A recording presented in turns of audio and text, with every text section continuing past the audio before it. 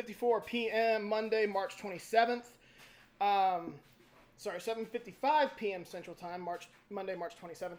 It is opening week, and that is why my good pal Stephen Copper is on the podcast. So, before I ask how you're doing, I feel bad. You were just on the podcast a month or two ago because we were talking Hall of Fame, and my Mac is old. It's limited on storage. I had just done a podcast with James, and the storage between the two recordings, it couldn't save both. Because our last podcast went on for like 3 hours. I'm dead serious. It did, yeah. We talked for a while. We had because you were kidless for the weekend, and like we just had nothing but time. yeah. That's right. And I felt really bad because that's at least twice that's happened to us. That's right. Yeah. I mean, we get on these tangents and we just go because, like, that I was kidless. I had nothing better to do. So I mean, we got on these tangents and we were enjoying it, doing the whole thing. So here's what we do. Listeners, like, subscribe. Let's get Shane monetized. Get him a new computer. Yo, I definitely need a new computer. I actually a couple weeks ago, I've had to move my setup. It was kind of over here, and now I'm over here because the outlets, for whatever reason, this is how old my Mac is. Like, I don't know. It's not enough juice or something. I don't know. So I've had to move it to this outlet and sit at my bar. You got to move it from the 110 to the 220. That's funny. And yeah, and every now and then it will just stop working, even though it's plugged in. And I don't know. It's a mess. But yeah, I need a new laptop. Either I don't know which first. Probably a car, because my Jeep is falling apart. Yeah. But between the two, like I really need both. Yeah, it's been I've not shown up on the feed for a while, even though we've done 2 or 3 podcasts since probably postseason. I don't think it's 3, but this is at least 2.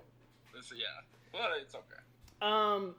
So let's go ahead. Before we break down our predictions and everything for the upcoming season, which mine are not finalized, by the way. I want to get that straightened out. Subject to change. I should have been more prepared, and I'm really cramming this in. I did a lot of work today while I was at work. Hopefully no one at work is watching it. But did a lot of research and typing while I was at work. And I got a good chunk done. So I think I'm going to make my Wednesday deadline. And then I texted you and I said, when can you podcast this week? And you said, tonight's probably best. I was like, okay, let's do it. Before, we say, let's do it later in the week, and then something pops up and you can't do it. Yeah, I don't want that. So before we get into all the breakdowns and predictions and everything, we have not a bunch, I think it's like 3 major new rule changes, correct me if I'm wrong, in baseball. I know one's the pitcher's clock. Yeah, pitcher's clock, and there's some like ones off of that with like the pickoff rule. What's that? I haven't heard that. So you can't throw over more than 2 times in a row. I'm totally fine with that. It's either 2 times in a row. I've often thought it couldn't be more than 3 times. 2 times in at bat. I don't rightly know. It's whatever it is. It's 2. I like that rule more than the pitch clock, honestly. I kind of do too. And then the larger base is another one that I like a lot. That'll speed up the game, or that'll make the game more offensive friendly. That'll give base runners a bit of more room to touch the bag and everything. More room to touch the bag, more room to more room to avoid tags, more room to it'll kind of probably cut down on those injuries to hands and feet and fingers and people getting stepped on and spiked. Okay, that makes a lot. I was just wondering this, maybe today about why would they make the bases bigger? But if it's to avoid injuries like that, that makes sense. So yeah, I mean it gives the base runner a bit of an advantage to kind of slide away from a tag on a steal, because the whole World Baseball Classic they were talking about with Trey Turner, obviously, because he had a monster World Baseball Classic, and they were saying John Smoltz was adamant the whole time. Like, Trey Turner's going to steal 6 bases this year because of this bigger bag rule, because of the no pickoff rule after 2, whether it's in a row or during an at-bat, I can't remember. But, that rule, because of that rule, he'll have kind of more leniency. Whenever they've hit that 2, he can go, have the bigger bag, pitch clock, so he'll know kind of. Then the big one I think I just remembered was no more shift, or was that a rule last year? No, it's this. So this year. This year? Here's the first year. Which I gotta say, I'm not a huge fan of that. I don't quite know how I'm gonna feel about it until I see it in play. So I didn't watch a lot of spring training this year. I watched mostly World Baseball Classic games, and they didn't have any of these rules. So I don't really know. Like the pitch clock, I've seen obviously in college for a while, and with those guys, it's not a big deal because they've been playing with it forever anyway. But so we'll see. I just don't know. I haven't seen a lot of games. The pitch clock has gotten a lot of people worked up on social media. And it's a fight between. I feel like at least it's a fight between like having guys stay in their rhythms and in their cadences and in their kind of superstitions. Like the biggest thing it's going to be is a lot of guys stepping out, which is not technically allowed and hasn't been allowed for a couple of years in Major League Baseball. They did kind of give umpires leniency to give batters warnings, like keep them in the box between pitches. So, but that's been the big one I've seen is like guys stepping out of the box, readjusting their batting gloves, their guards, whatever, and then not getting in before that 7 second. They have to be in and ready to hit by 7 seconds on the pitch clock, and then they're getting a strike, and if it's third strike, they're out. See any inning, So that's going to be the big one, and then slower pitchers, obviously, they'll have to kind of work that clock too. I don't have a big problem with that. I know that's going to upset players, right. But I'm not a fan of 5 minutes in between a pitch. No, having a reset for 5 minutes. I'm not necessarily either, but I'm also, and we talk about this all the time. The purity of the game, the purist. Right. You always make fun of me. I understand holding a pitch, holding a batter. I understand the mind games that go into shaking off a sign. Having a pitcher go like this and say go through the signs again, even if they know where they're going to throw, they're just getting. It's a mind game between the hitter and the pitcher, like that. I've kind of I like that in the game. I like a mound visit. I've never been a fan of the mound visit rule because that just kind of leaves if a pitcher's in trouble, he's just kind of out there in the bump until you go get him. Yeah. So I mean, like it's 6 of one, half a dozen the other. I understand why they're doing it. I understand the need for it, and I'm okay with it. But I do think it takes away from kind of these traditional purity aspects of the game. Yeah, and honestly, I thought we would have disagreements over the shift rule. I would argue I'm 100% against it. I'm the purist here in terms of the shift rule. Yeah, like imagine in football if a quarterback can't figure out how to throw into a nickel defense, and the NFL just saying, you know what, we're doing away with nickel defenses from now on. No, figure it out. Yeah, I'm with you there. Like, obviously, I watched a lot of Cardinal games, and there's been a couple of guys they just have massive shifts. A guy like Matt Carpenter comes to mind immediately. Of guys, they'll throw. The more kind of progressive teams, they'll throw 4 guys on the right side of the infield. The entire left side of the infield is just wide open. Then Matt Carpenter needs to figure out how to hit it the other way. Drop a bunt. Yeah. Hit a dribbler. Do anything you can do to hit the ball to the left side of the field. If you can't figure that out, then I get you. Then I like I said, I see where you're coming from, and like if you can't figure that out, then that's on you. If the defense wants to set up, if they want to put 9 guys in the infield on the right side, they can do that. If they want to put 7 guys in right field, sure, that'll get him an out. Whatever you want to do.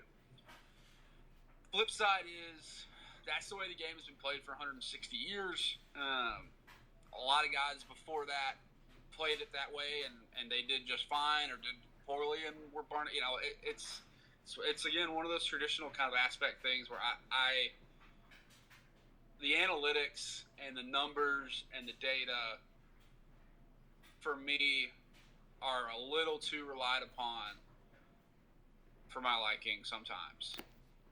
And I get and it sucks because the Dodgers are very analytical, the Braves are very analytical, Padres, like all these teams that are having a lot of success.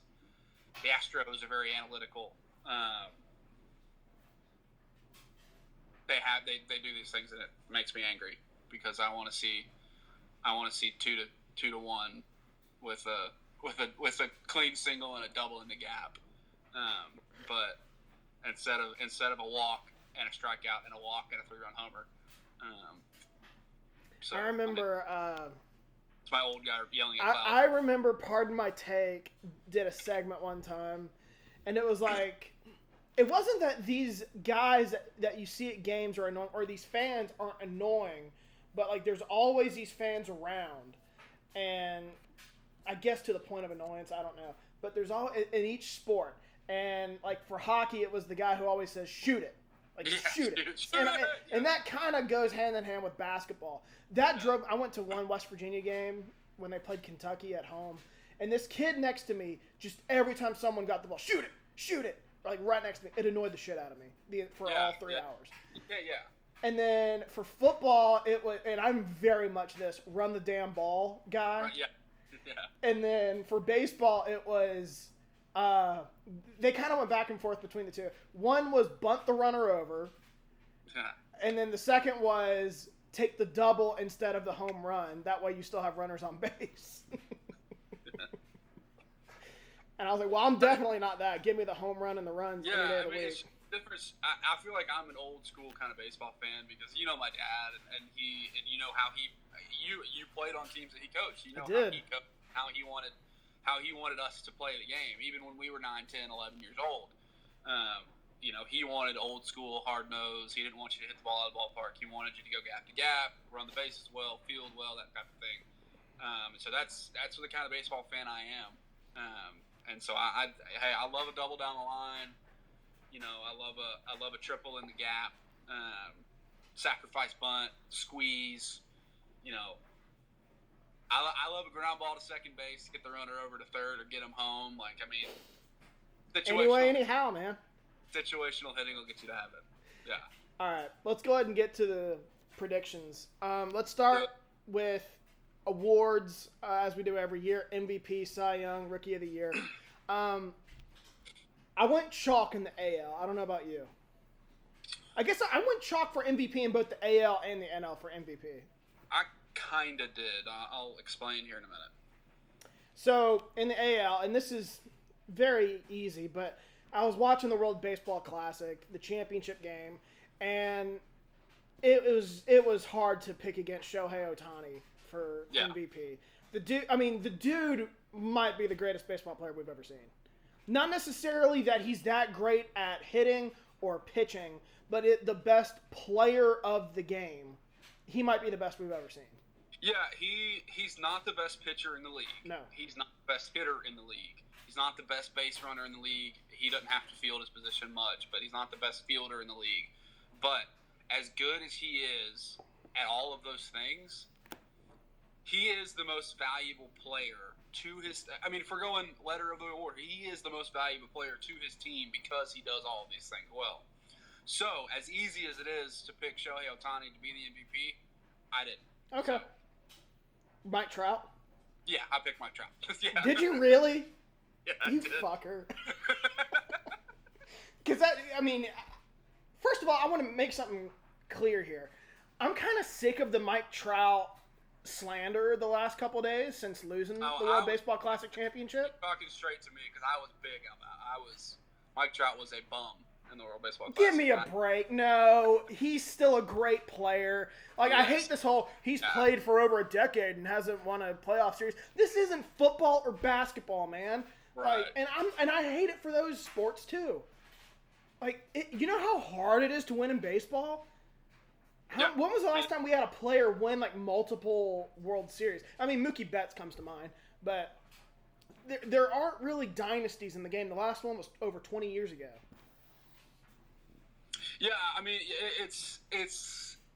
I think it's a combination of Mike Trout is such a and especially early in his career was such a transcendent player that nobody saw, nobody really talked about because he was playing in LA, but playing a very low second fiddle on the Angels, the Dodgers when they were starting their run, and it was just,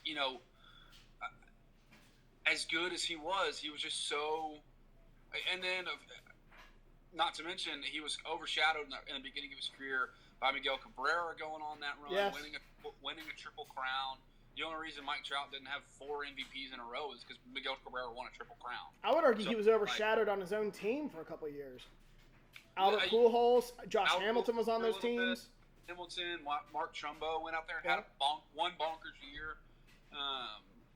And then there's always the talk about, like, when are the Angels going to break through? That's always been the talking point. It's like, when are the Angels going to break through? They've got Mike Trout. Now they got Mike Trout and Shohei Ohtani.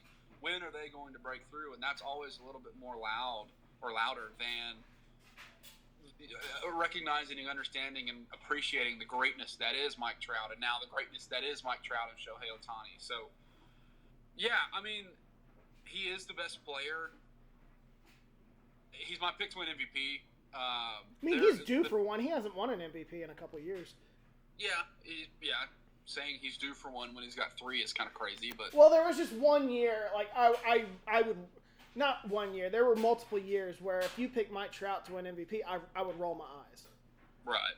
Not so much these days. I was genuinely surprised that you picked Mike Trout. So we both are going with Angels here. Funny enough, I bet neither of us have the Angels in the playoffs. We'll get into that later. So Cy Young. I've seen people pick Ohtani to win Cy Young too. First of all, I don't think that's ever going to happen. I don't think he's going to win both. Yeah. 2, that's not really his game. He's not going to go out there and have a sub 2.5 ERA. No, I mean he could. I mean, yeah, he could. Yeah, but you're right. I think because of what he does, he has dominating stuff. That's not a question. He's got a 100-plus mile an hour fastball. He's got a nasty splitter. That frisbee slider that he threw to Mike Trout is one of the nastiest pitches I've ever seen. That started at Mike Trout's butt cheek and ended up batter's box. Like what at 89 too. Like nasty. Like 1.5 foot of horizontal movement. Disgusting. But he's not going to be your dominating over 250, 260 innings. 300 strikeouts. That's because he's got to play. He's got to go out the next day and play DH. Like he's just not going to be like that. So I didn't go Shohei. I went with Dylan Cease, the Chicago White Sox. I was looking at his numbers last year. He had a really good year and didn't make the All-Star game. Really good year last year. 11 strikeouts per 9 was crazy to me. I believe he had a sub 2.5 ERA, like a sub 1. Yeah, he was on my list of guys who were snubbed from the All-Star game. I'm still surprised he was not included. So, yeah, I'll go Dylan Cease to break through and get one. Who do you think I'm going to go with? I think you're going to go with Jacob deGrom for the Texas Rangers. Okay, no. I thought about him. Oh, what am I saying? You're picking Alek Manoah. Damn right. I mean, come on. I mean, and he was in the top 5, I think, favored. He is a good pick. He'll be the opening. But I got to pick the face of WVU baseball and Alek Manoah. Right. And he is a stud. I mean, he had a 2.2 ERA, I think, last year. Made the All-Star game. And like I said, he was in the top 5 of Cy Young Award odds, I think, this year. So, went a little bit off not off the rails, but didn't go chalk. Yeah. I like that. How about the NL? You're not gonna like this because my National League awards are a little St. Louis centric. I live here now. I kind of have to. I went with Nolan Arenado for MVP. Just kind of throw it. Oh Across yeah, we the didn't infield. say NL MVP. Well, then let's finish up the AL, then we'll go to the NL. Okay. My rookie of the year is Selma, Alabama native and former Auburn signee Gunnar Henderson. He's the favorite in the AL. He is the favorite in the AL, but I think he's going to take over. He's not going to start the year on the roster in Baltimore. I think last time I looked, I think he's the number 2 prospect, maybe number 1 in all baseball. I think MLB.com had him number 1. I checked today. At number 1, I can't. That changes so many times because, especially at the top, because people get called up and they lose their, whatever. Who did I go with? He got called up. He was a September call-up last year. Played okay. I think he hit 230, 240. But the thing you have to remember is this kid is like 19 or 20. I think he graduated from Morgan Academy in Selma at like. So he signed with Auburn. He did not play at Auburn. 20. No. He was picked 4th or 5th. Okay. The first round. I mean, no. He signed with Auburn, was going to come play at Auburn, and then got $4 or $5 million and said, "Deuces. Right. I'm gonna go play professional baseball." Yeah. I mean, he'll be. He's a bit of a utility guy. He can play third, short, second. He's got some pop. Can run like the wind. Has a pretty slick glove. And Baltimore is in a position now where they're not really kind of the cellar dwellers anymore. Nope. They've got some talent. They're moving in the right direction. And he's a big part of that with Adley Rutschman. Going to be being Adley Rutschman's first full year in the bigs. I think it'll be they've got some talent, and so whenever he gets called up, I think he'll be a mainstay going forward. So I got Gunnar Henderson. So I did not go with Henderson. Oddly enough, I didn't pick him. Did not know he was from Alabama. Did not know he signed with Auburn. I should have known that would be your pick, so good thing we didn't do that. Hang on. I'm texting someone. Very good. But the guy I picked is not far from being the favorite to win AL Rookie of the Year. I went with Anthony. Is it Volpe? Yeah, I think it's Volpe. New York Yankees shortstop. From what I've heard, he had a big spring training. He made the opening day roster. Probably going to start at shortstop. Wouldn't surprise me if he's a starting shortstop. I don't know who it would be for the Yankees. They don't really have a shortstop. No. I'm not crazy about him wearing number 77 though. That's weird for a shortstop. Yeah, but I mean, your problem is like for a shortstop playing in New York, don't have any single numbers to pick from that I know of.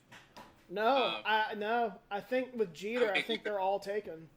Yeah, so I mean, you kind of got to start at 10 and move your way up. I understand the whole retired number thing, but like never to be worn again.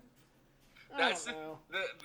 That's the thing I don't like about teams like the Yankees and the Cardinals are like this too. They retire these numbers and they're never to be worn again. Like they are running out. I don't mind it if it's 4 or 5, but the Yankees have like 15 guys or 20. Yeah, the Cardinals are the same way. The Cardinals, and they're about to do 4 is about to be retired for the Cardinals. 5 will be retired for the Cardinals whenever they decide it's going to be. So I mean, they've got 1 is retired, 2 is retired, 4 will be retired, 5 will be retired, 6 is retired, 8 is retired, 10. I mean, it's 14, 45. So they're running out of good numbers, and that's a problem. 50 will be soon. I feel like, I don't know. 29. I understand the whole retired number thing, but I would be okay if they said, look, we're going to start wearing these numbers again. Yeah. All right. So, NL. So, yeah, I alluded to it already. Paul Goldschmidt won the MVP last year. for the St. Louis Cardinals. He can just kind of move it on over across the diamond to his great friend Nolan Arenado, third baseman, St. Louis Cardinals. The Cardinals, I think, have the best lineup that nobody talks about in Major League Baseball. Obviously, centered around Goldie, Arenado, wherever they want to put Contreras, Lars Nootbaar. That has to be the best infield in the game. Goldschmidt, Arenado, DeYoung, Contreras, if he's going to play catcher. DeYoung, Contreras, Brendan Donovan, Tommy Edman. Yeah. I'm biased, but I think so too. All right, so my MVP, I did not go with the St. Louis Cardinal. This is chalk. And like Ohtani, I like picking guys who are due for big contracts. And Ohtani's going to be a free agent after this year unless the Angels sign him to an extension. And this guy, I don't know if he's going to be a free agent after this year, but soon, hence by the team that traded him last year. And that's Juan Soto. Yeah. And he was my MVP pick last year, I think. I played around with Juan Soto. I think he's a free agent after 24. Okay. I'm not 100% on that, but it's soon. And I know that San Diego was talking extension with him. I don't quite know where they're getting the money from, but talking extension somewhere in the $400 million range. He just turned down a $400 million contract. Nuts. Whatever. But yeah, I mean, you could close your eyes and throw a dart and find an MVP candidate in San Diego. So Juan Soto is probably the best of the bunch. So I don't hate it. But Cy Young, are you going with the St. Louis Cardinal? For Rookie of the Year? No, for Cy Young. Cy Young, no. Okay, no, I didn't think so. Cy Young, I went with Aaron Nola of the national champion Philadelphia Phillies. Interesting. Well, I haven't heard his name. I like his stuff. Yeah.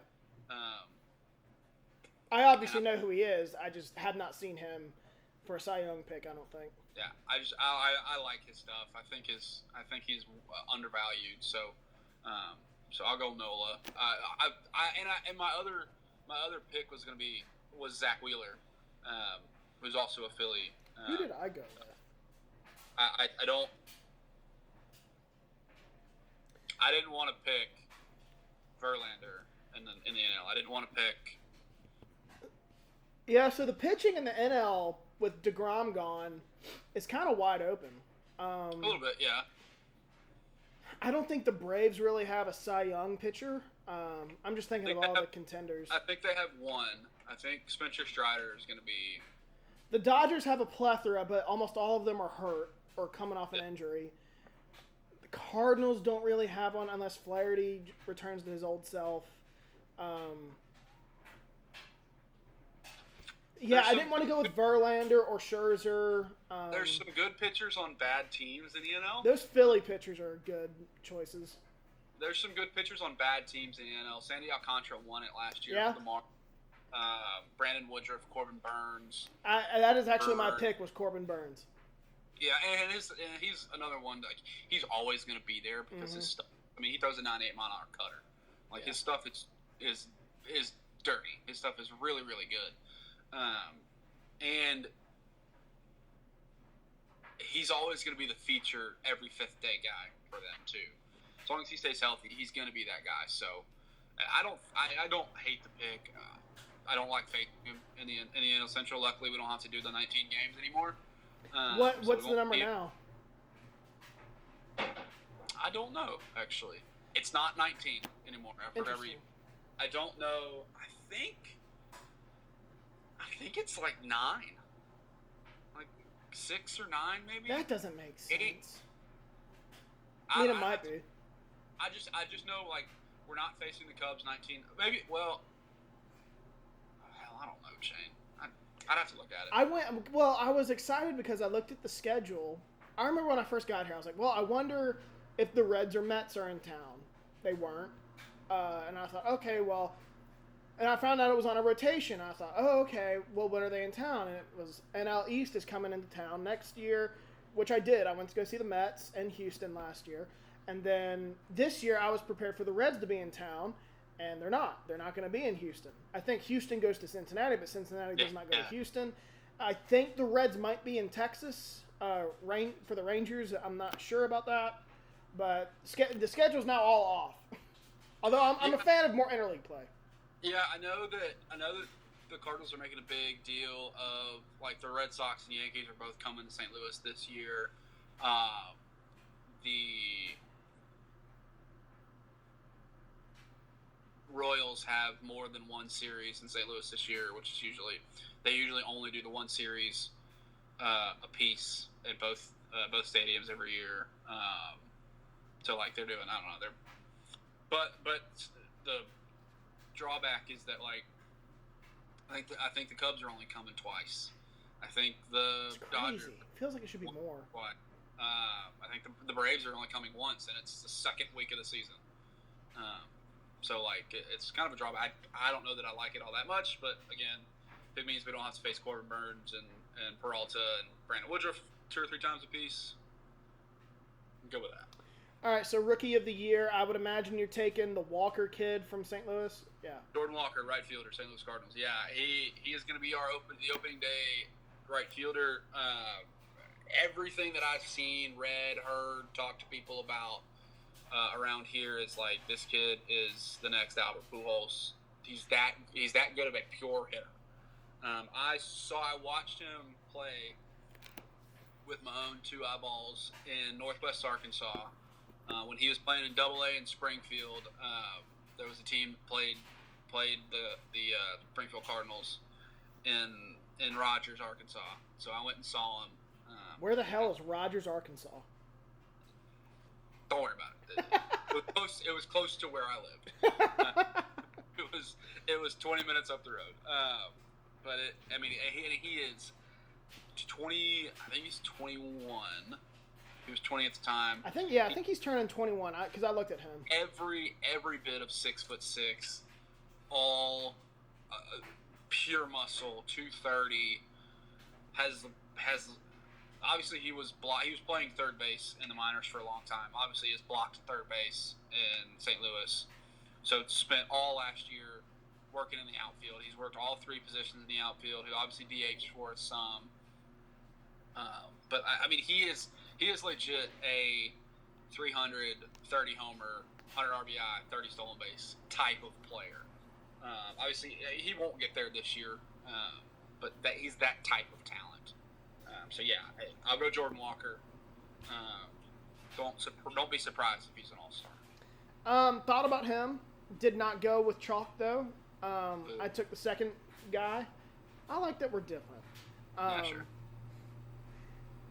I went with the second guy in terms of odds, and Corbin Carroll for the Arizona Diamondbacks. I mean, obviously, I don't know. Like the wind. Runs like the wind? Like the wind, yeah. Well, I looked at his numbers. He came up last year, had a pretty good. Let me look here. He got called up in August. He had 260, 4 home runs. Like you said, runs like the wind. Has that MLB experience. And I think he had a big spring. Is he going to play outfield? Wikipedia calls him an outfielder. Outfielder. I was wondering if he was going to play outfield. I couldn't remember if I saw him slotted to like third or second or something, but I think he's going to play. And with the Diamondbacks, he's going to be on the field. So yeah, I mean, So let's go to our divisional breakdowns. Let's start in the AL and the AL East. What once was, I would argue, a 4-team race, I think has trimmed to 3. What about you? Yeah, I think the Red Sox have kind of fallen off. All that money they spent to win that World Series in 18, that window has passed them by. So yeah, I think it is 3 now. Although they've had a bit of an injury plagued spring, I did go with the Yankees here. I think even without Rodon and some of the pitchers that got hurt, I mean, Garrett Cole's still Garrett Cole. Aaron Judge is still Aaron Judge. Volpe will give them something that they haven't had since probably Jeter left. Kind of a top of the order, deep shortstop guy that can hold that position down. Anthony Rizzo coming back. If he can stay healthy, I think New York's the perfect place for him. So he can just bang 340-foot homers over that short porch. So I mean, yeah, I went with the Yankees here, but the Rays and the Jays are still right there. Yeah, I didn't go with the Yankees. Last year I was really hard on the Yankees. I thought we were going to see some decline, and I was off on that one. Although I thought the Yankees would win close to 90 games, and they finished with 99. I think they're going to pull back. Don't think they're going to have the year that they had last year, even though you think 99 games is acceptable. You got to remember at one point they were 49-16 and fell off. So I do think they pull back a little bit. But I am going to go with the Blue Jays. This is kind of my last attempt with the Blue Jays. Last time, yeah. Not the last time I think they'll be good. Just I've picked them to. I picked them to win the AL East last year and get to the World Series. They let me down. They're getting into that. Got to show me something. Yeah, this is the last year where I'm having faith, and then you got to show it to me. But I'm going to go with the Blue Jays. They improved a lot from a team that won 90-some games last year. Added to the rotation, added Brandon Belt in their lineup, which was already pretty good. Alek Manoah leading the rotation. I like the Blue Jays a lot. Yeah. And then, the Rays. I think the Rays get back to form. I don't know about you, between what we saw from 2018 to 2021. We forget they were decimated with injuries when the playoffs rolled around. We know this team has pitching. We know they have some star power in their lineup. We know they're well run. We know they're well managed. They just got to get healthy, and I think they're going to get back to form. Staying healthy for them is key because, like I said, we know all these things. Even if it's not Wander Franco and Randy Rosarina, it's going to be somebody else. Just because of how well they're developed and scouted, and so as long as they can stay healthy, you're right. They're going to be right there. They'll make the playoffs because the AL is kind of down. It's still pretty top heavy. So if they can stay in the chase, stay close to the Yankees, or stay close to whoever wins the division, they'll be there. So yeah, I mean. So you have the Yankees. I have the Blue Jays. I don't know about you. I have it Blue Jays. I've gone back and forth between Yankees and Rays at 2 and 3. I guess I'll go Yankees because I do think the Yankees got better this offseason. Adding Carlos Rodon, getting Volpe at the top of their lineup is going to help a lot. The Rays, I don't want to say is that you got to show me something because we've seen it. They just got to get healthy, and this is a brutal division, so they're probably not going to win 100 games like they did a couple years ago. Right. But I do think they get back to the playoffs and they become a dangerous wild card team. Yeah, I've got all three of these teams in the playoffs. Yeah. I've got Yankees, Rays, and Jays all in the playoffs. So it's another one of those years where it's going to be AL East heavy, but it's because they're the best teams in the league. I mean, and only one can win the division. If the other two are close, they're going to be well in the hunt for a wild card berth. So then to round it out, I do have Baltimore finishing 4th after the remarkable improvement that we saw last year. I mean, I thought this team was going to get better because the previous couple of years they'd won anywhere between 40 and 55 games or something like that. And I thought if they can eclipse 60, you got to feel pretty good. And they won 83. Yeah. They won 83 and were 3 games out of a wild card spot. I don't think they'll have that kind of success again. Now, is it a flash in the pan? I don't know. A lot of young talent in Baltimore. Yeah, that's pitching is still a concern. Not a lot of veterans in the lineup. I like a good mix of youth and veterans, and they don't really have that. Yeah, give the Orioles 3 years, and they're going to be a problem. Yeah. But right now, I think you're probably right. Hovering around 500. Yeah, if they can win 78, again, I feel like if you're an Orioles fan, you're at a good spot. Yeah. And then so we both have Boston finishing last. I'll be honest, I wouldn't be shocked if Boston somehow wins this division because I have that much respect for Alex Cora. It'll take a lot. Cora's good. I I don't know. I don't know what they have. I don't either. I don't know. I don't even know what they have. I know they signed a guy from Japan, Yoshida, who's a good player. But I just don't like the spot they're in. Ownership's trying to sell the team. They let a bunch of guys go in free agency. Not a good spot. Their arms are aging. I don't know what they have in their lineup outside of Rafael Devers. It's just not a great look. Yeah. No, I agree with you. And nobody else is regressing in this division. They're either staying the same or getting better. And the Red Sox definitely regress. The Red Sox are definitely regressing. Yeah. So, yeah, logically. Yeah, so AL Central, I guess this is a 3-team race. We talked about this last week, I think. It's really murky in this division. Yeah, I mean... I would argue maybe more of a 2-team race, but I guess it's a 3-team race because I think there's a lot of uncertainty. I'm ready to say that it's a 2-team race. Yeah, so am I. I'm not sure. Although I have a White Sox pitcher winning the Cy Young, I'm not sure that they can compete in it. Really? That's the team you're not sure of? Yeah, I'm not sure of Chicago anymore. Okay. I was talking about Minnesota. Although I will say between the 3 teams, I'm not convinced Chicago has one of the better managers. Like, Terry Francona, we know who he is, and he's really good. I think Rocco, is it Baldelli? Rocco Baldelli, yeah. I think he's a very underrated manager. I think very Craig Counsell-like, a guy that played in the in the major leagues for a long time, knows how the clubhouse works, knows he's a player's manager. Yeah, I think he's a great. I think he can be good, given some more talent, which he's got now. So, which team wins it? I'm sticking with Cleveland. I love Tito. I love Terry Francona, former Birmingham Barons manager. Is he really? He managed Michael Jordan at Birmingham. Yeah. Wow, I didn't know that. Yeah. So about around the time you and I were born, he was managing at Birmingham at the Met. So you were probably living in Birmingham. I was not yet. Yeah, that's true. I was there. But yeah, I mean, Joe Ram obviously leading the charge for him. I've got so much faith in Terry Francona as a manager. I don't even know who the pitchers are for Cleveland anymore, but I know that they have a long story tradition of pumping out pitchers. Guys. Well, Shane Bieber's still there. I know he's kind of fallen off a little bit, but a little bit. Oh, what's the other guy's name? Oh. They got them all. They got like 3 dudes.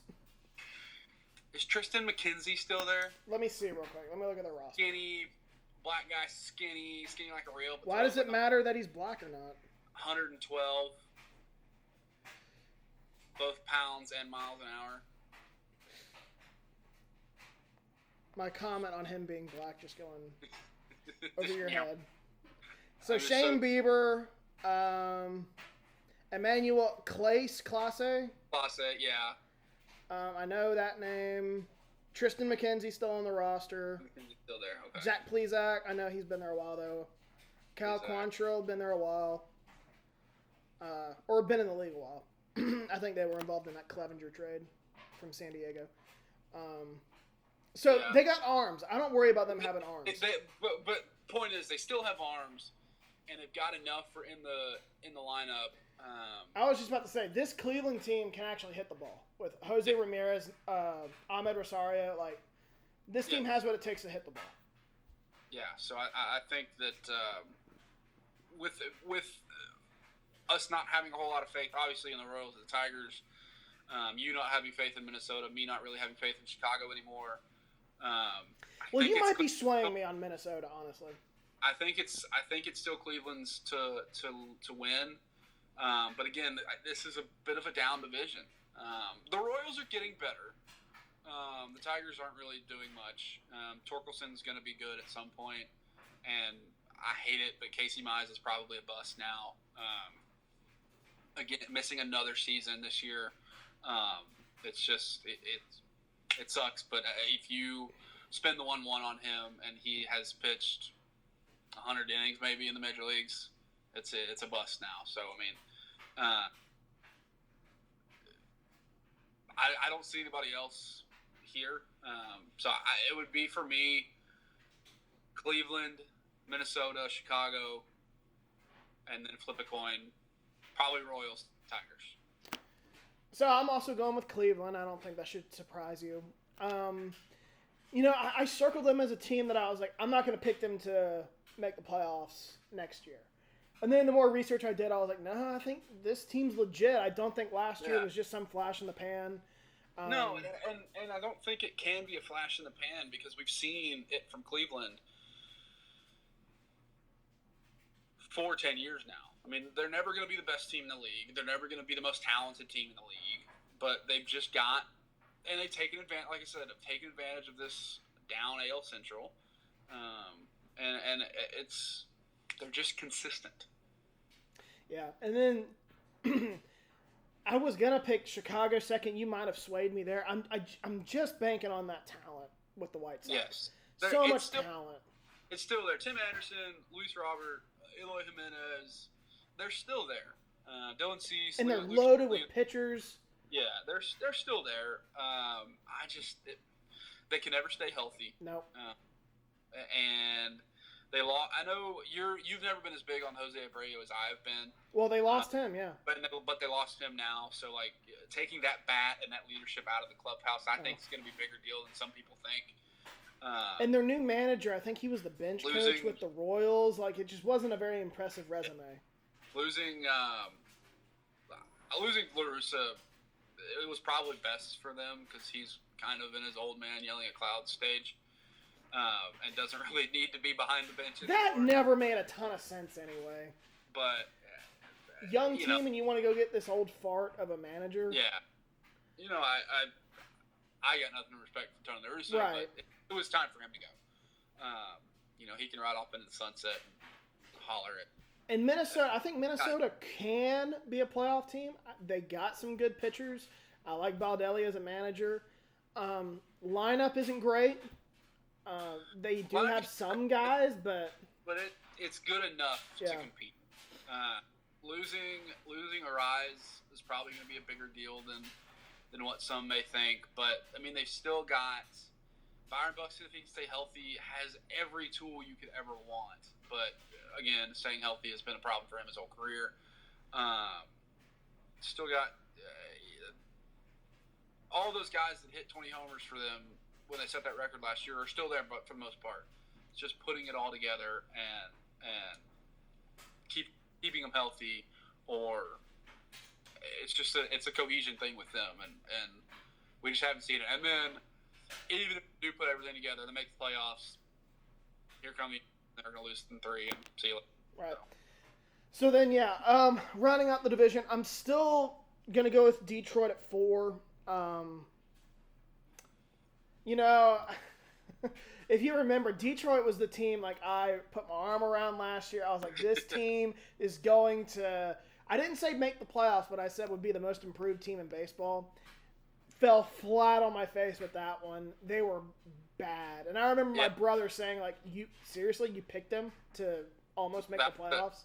That was a limb that could not sustain your weight, that's for sure. Well, and then Javier Baez is clearly a cancer. I know you're going to agree with me because he played for the Cubs.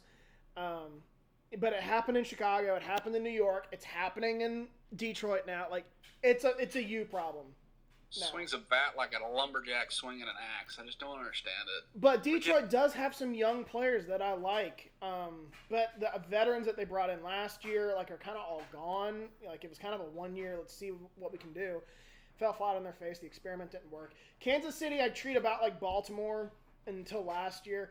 Until I see otherwise, I'm picking you to finish last. I need to see that jump before I really start believing. Kansas City will get there eventually. I think so too, yeah.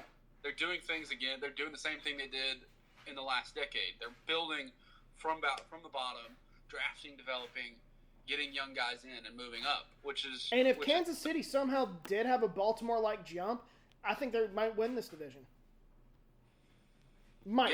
They'd be close. Yeah, if they're around 500, they're in the hunt for this division, unless Cleveland runs away with it, which they could. But I mean, any team in or around 500 or a couple games above it is in the hunt for this division and probably in the hunt for that last wild card spot. So I mean, sure, why not? Laundry. Yeah, unfortunately, that's going to go off about 2 more times if I don't get it out, which I'm not going to. So AL West, 2-team race, I think, here. And, hate to go chalk, but I got to see someone other than the Houston Astros win this division. Yeah, me too. I mean, they're the reigning World Series champs. It's hard to pick against them. They didn't necessarily get better, but they didn't necessarily get worse either. I would argue they got better. They lost Verlander, but I did my research. They already have some young arms that I think are ready to take that next step, and they're kind of like, see you, Justin. We got our guys. And they signed Jose Abreu to replace Yuli Gurriel. Well done, sir. No, it wasn't, but I didn't want to just say Gurriel. Gurriel. I mean, it's one of the, we've got a division, we've got actually 3 divisions like that in the National League. We're like, who else are you going to pick? Like, they're pretty obvious. So, until somebody shows me otherwise, it's the Astros division. Again, probably a 2-team race with Seattle. You and I have been on the same page with the Angels for a long time.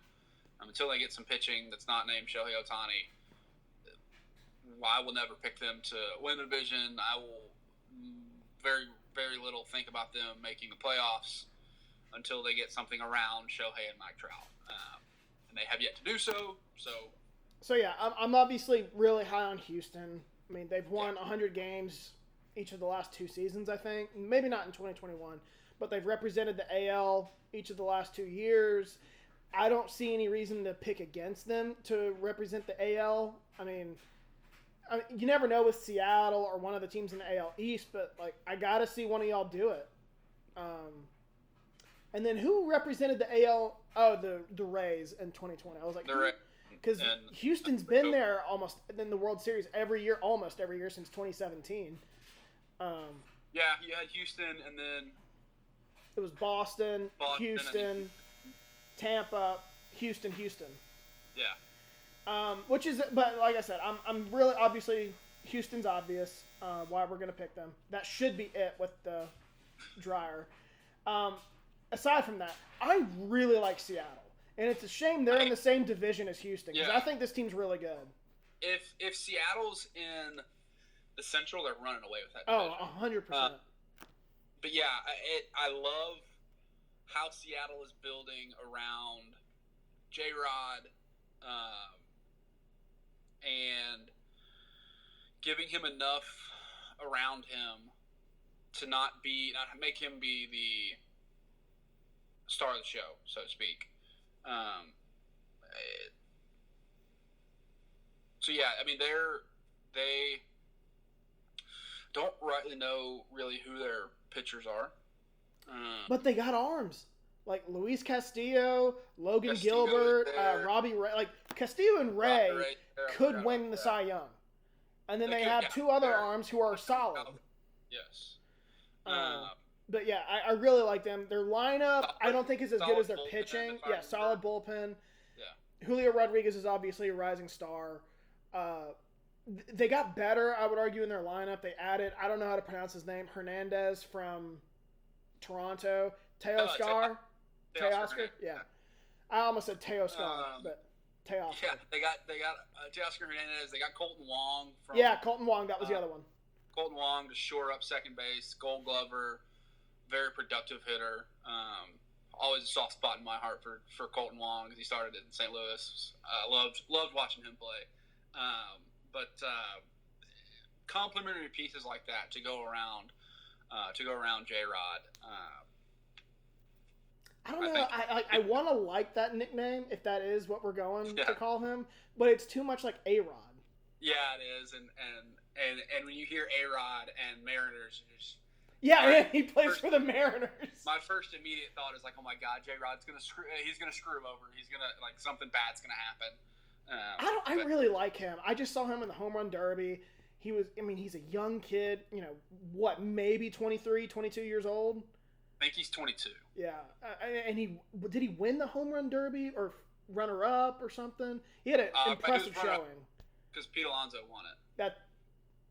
Was that this year or last year? I thought Pete Alonso lost because I thought Alonso was going to win. That's who I was cheering for. I thought Julio Rodriguez won. But anyway, I just really like him. Yeah. So those two teams, I think, are going to be if either of those or both of those teams won 100 games, I wouldn't be shocked. But I need to see it from Seattle. They've won 90 the last two games, which is fine. But you got better. You're loaded with talent. Like, I want to see you win 100 games now. Although that's not really a criticism, just a statement. The rest of the three teams, it sounds like we differ. I like Texas. Probably more than I should. That is that is my Detroit Tigers team this year. I'm wrapping my arm around them. I'm like, I really like the Rangers this year. Most improved team in baseball. The Rangers obviously have been spending all this money the past couple of years. Corey Seager, Marcus Semien, now Jacob deGrom. They're building something. I don't quite know what it is, but they've got a horse. Well, if he stays healthy, which has always been a problem with Jacob deGrom. They've got a horse, and they've got two guys in the middle of the lineup or the top third of the lineup that they can build around. They can hit the ball. What they do around them and behind them. The thing that might be holding them back is, and this is such a nitpick. I would love it if like their star player was like built from within, like a guy who came up with them. They don't really have that. They bought Semien, they bought Corey Seager, they bought Jacob deGrom, Nathaniel Lowe. If he's the only one, I don't know if he came up the Rangers, but that's one that comes to mind. If I remember right, he came up with Tampa. Well, that might be right. That might be true. I can't remember. Maybe that was another Lowe or Lau. And then on top of that, they hired Bruce Bochy as their manager. Anytime you get a 3-time World Series winning manager, it's a big deal. He doesn't strike me as a Tony La Russa 2.0, where he's just going to come in and, it never really makes sense, and he's just like this old school manager managing a young ball club. But it doesn't strike me as that, but I could be wrong. No, you're right in that Bochy's not going to be the La Russa, because Tony's problem was he wanted some say in acquisitions and roster management and who comes up and who goes down, and I don't think Bochy's going to be like that. But he is of the older school type of manager, and he's been out of the league for 2 to 3 years. 4 years. At least it wasn't like La Russa, who was out of the league almost a decade. Right. So, I mean, and like you said, obviously great baseball mind, won 3 World Series that he had no business winning in my twice going through St. Louis in the championship series. I mean, so they're kind of, I need to see it from them first. I agree. They've got this top end talent. Show me something. And then next year, moving forward, I'll pick you in the playoffs. I'm not going to pick you to win the division until the Astros fall apart. Yeah. But get to the playoffs. Show me something. I would say get to 500. Like get 81-81, and I'll be like I would feel really good about where you're headed. Again, my only nitpick is that I would wish you would have these guys that were coming up through your organization to give you a nice mix, because Seattle's done that, Toronto's done that. Like, their stars are guys who have come up through the organization, and the organization has spent money elsewhere to fill the pieces. I think that's how it's done. Right. And the Rangers haven't really done that. Can't go one or the other. It's got to be a mix of both. I agree. But that is the team I have finishing third. But the fourth team is the Angels, and this is kind of the second tier of this division. I think you could go either way in third and fourth. I think the Rangers and the Angels are right there. Obviously, the A's are. The A's, look, this is going to be a hard couple of years for Oakland and A's fans. But I have complete trust in where the A's are going. Like, if anyone has earned my trust in getting out of a rebuild, it's the A's. They've done it so many times in the last 20 years. And this is what they do. They've got to figure out where they're going to be playing baseball. Well, true. That's the biggest thing for me. They've got to figure out where they're going to be playing baseball. Whether it's a new stadium in Oakland, whether it's Las Vegas. Yeah. I don't care. Figure it the hell out. I hope it's Vegas. It's making me angry. But anyway, Oakland has done it so many times. And it's part of their ownership and just who they are. I would imagine they would like to keep some of the guys that they've had in the last 20 years, but they just can't afford it. So these guys come up, they get to 4 or 5 years of service time, and then Oakland trades them away. And then they strip it all down. They get assets and draft well, and then 4 or 5 years later, they got another competitive team. And it's happened so many times. Unfortunately, they just started the strip down and rebuild process last year, so they're still in the middle of this 3 to 5 year rebuild. So it's going to be a while, but I have complete trust that A's know what they're doing. Yeah, I agree. It's like you said, they're cyclical. This is their time to be down. And so we know they'll be down for this year, maybe next year. Then they'll start to rise up again, and they'll surprise us and win 94 games in 2025. And it's not like it always comes out of nowhere. It's not like Texas or, even the White Sox that one year when they won the AL Central a couple years ago. Like, it's not like I think this team's good enough. It's always, I got to see it. And then they win 95 games. But it's not going to happen. So no, not this year. They'll lose 100 this year. I like Texas. They'll lose 100 this year, and then we'll talk about them around draft time and be like, oh, my God, they made an incredible draft pick. Angels, I think the Angels got better.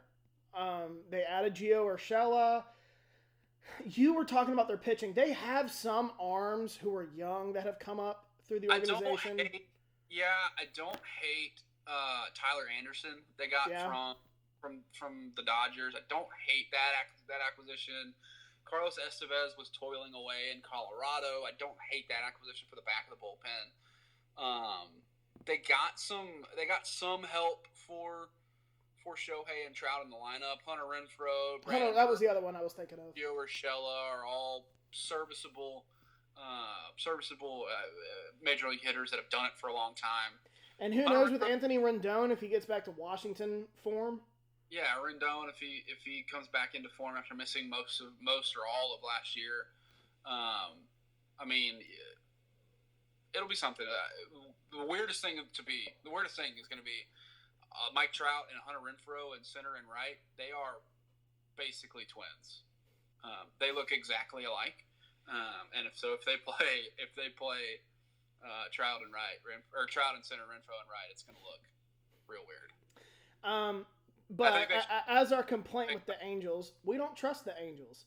We do not. If this team finishes 500, I'll be pretty surprised. They always seem to flirt with around 500. Most of the time, they're in the 70s. I got to see it. I mean, we've said that a lot. I got to see it with the Angels. Yeah, Could totally happen. We're firmly in the we have to see it crowd. They have the best talent. They have the two best players in the league on their team. Nobody really can argue that anymore. They have the two best players in the league. I've loved all the memes that, from the World Baseball Classic that are like Ohtani and Trout, two of the best players in baseball. Imagine if they were on the same team. And I'm like, it's funny because they are on the same team. Funny because they are. They just suck. And then on top of that, it has cooled off since, but the ownership was looking to sell the team. I just don't like when that happens. No, I've never been a fan of teams in turmoil, that kind of turmoil. And then I'm not convinced Ohtani's going to play past this year. Angels might trade him. They might trade Mike Trout. Like, if the season's not going well, they might just strip the whole thing down, which I think they should. And why wouldn't they? Yeah. I mean, if you what are you holding on to with these two? Unless you have a great year this year. Yeah, think of the package you could get for those two. Yeah. Separately, together, whatever you want to do. Think of a package you can get for them. You can literally write a blank check.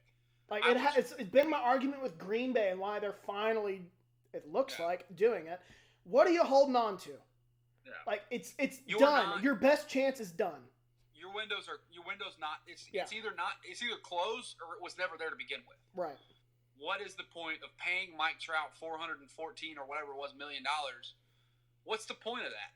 Get the value that he deserves and can get you, put you on a path to succeed, because you're going to get 5 top 10 prospects for him probably, or 3 or 4 top 10 prospects, two major league ready or current major leaguers.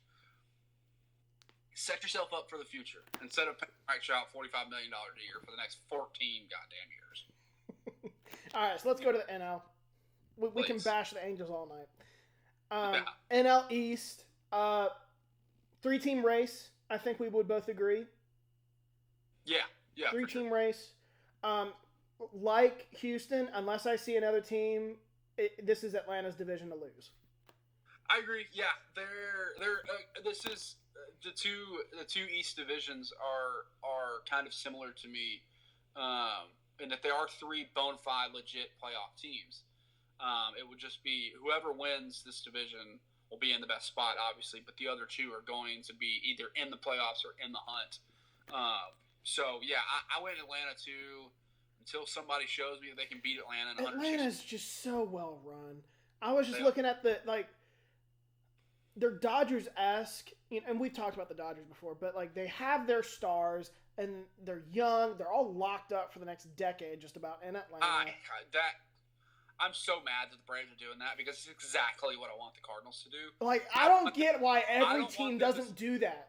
I don't want them to spend $300 million at a time. You get them at a discount if you do that when they're 22. Hey, we'll pay you $25 million a year for the next decade. $100 million for the next 8 years on a 22. I'd much rather do that. 22 million. The 22-year-old, pay him $110 million than I would a 32-year-old and pay him $40 million for the next 13 years. Oh my God.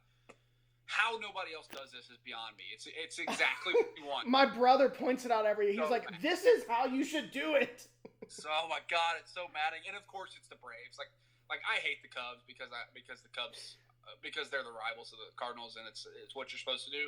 But I hate the Braves because they're so good. And of course we grew up with we've talked about this. Braves fans we grew up with can Braves be fans. so obnoxious at times. They can. Yeah. And now they've got George and they only come out of the woodwork when they're good. Oh my God, it makes me so mad. Oh Jesus! And it's all I talk to. All of my friends that I went to college with, all Braves fans. Most of them live or are from Atlanta, and so it's just like they're doing everything exactly the way that I want my team to do it, and having remarkable success doing it, and it makes me furious. Anyway, let's just talk about this. Spencer Strider, Acuna, Albies, Michael Harris, Max Fried, Austin Riley, Matt Olson. That's 7 guys. I think maybe if you total their contracts, I think maybe they're paying them $600, $700 million. They got them all just about at a discount. The next 10 years. I don't know why teams aren't doing this, man. I really don't. If they're signed for more than $20 million a year. I think the way that it's structured, that makes me so mad. Ronald Acuna is being paid like $15 million to be an MVP every year, and it makes me it makes my blood boil. I don't get it.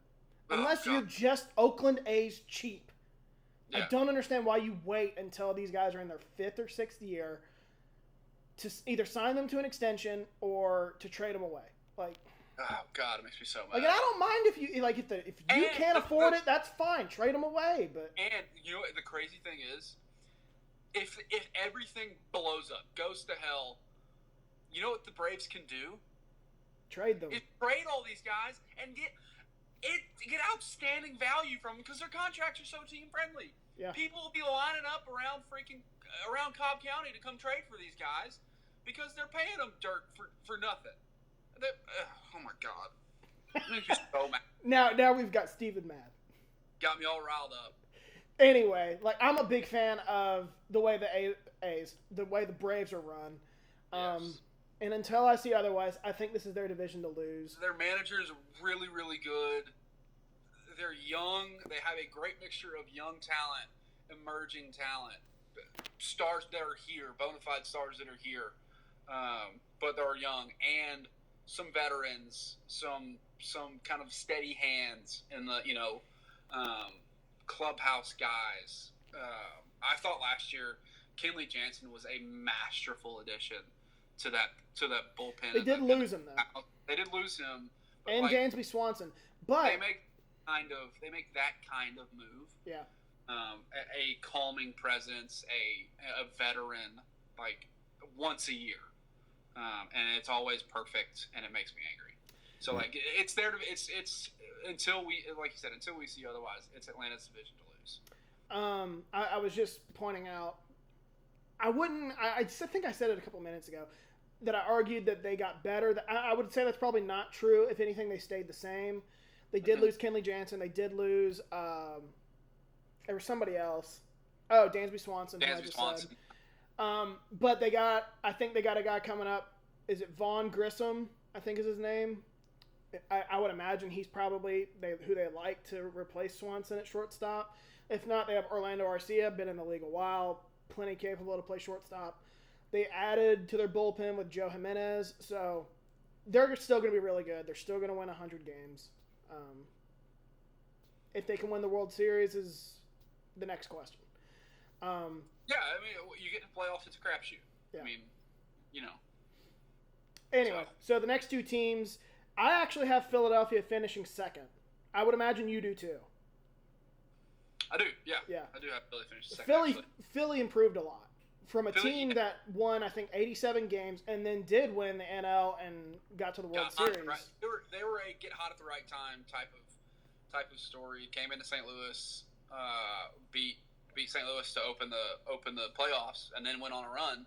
Got lucky that the Padres beat the Dodgers, but Braves, I think, were a little banged up, maybe. Braves, yeah. So it's not that they weren't hot and weren't playing really, really good baseball at the time, but things broke their way, and that has to happen sometimes. That happens in baseball. So, and so, like I said, they didn't really lose anybody. Rhys Hoskins is going to be a big loss for them. Yeah. In spring training, but they added what I think is the best free agent signing of the year in Trey Turner. Shores up their shortstop. Just put on a masterclass at the World Baseball Classic. He was Captain America. Yeah. He was Captain America. He, in every spot that you wanted him to deliver, he what did. We wanted Mike Trout to do. Yeah. He hit the biggest home run in international baseball history from my point of view, at least. That grand slam he hit against Venezuela is the loudest I've ever been about baseball in March. This team's gonna mash the ball. Bryce Harper, they do lose Rhys Hoskins, but Bryce Harper, Trey Turner, Kyle Schwarber, Nick Castellanos, Bryson Stott, JT Realmuto. Yeah, I mean they've just got, and it's built the right way. It's not all guys that are going to slug 700 but strike out 150 times. Like the Yankees, yeah.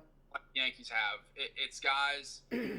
Yeah, I mean. There's some swing and miss there. Bryce Harper swings and misses a good bit. Schwarber does. But Castellanos isn't a home runs guy. He's a contact double, your type of baseball. Realmuto, Castellanos are gap-to-gap guys. They're not going to hit 40 homers. They could, but they're not going to.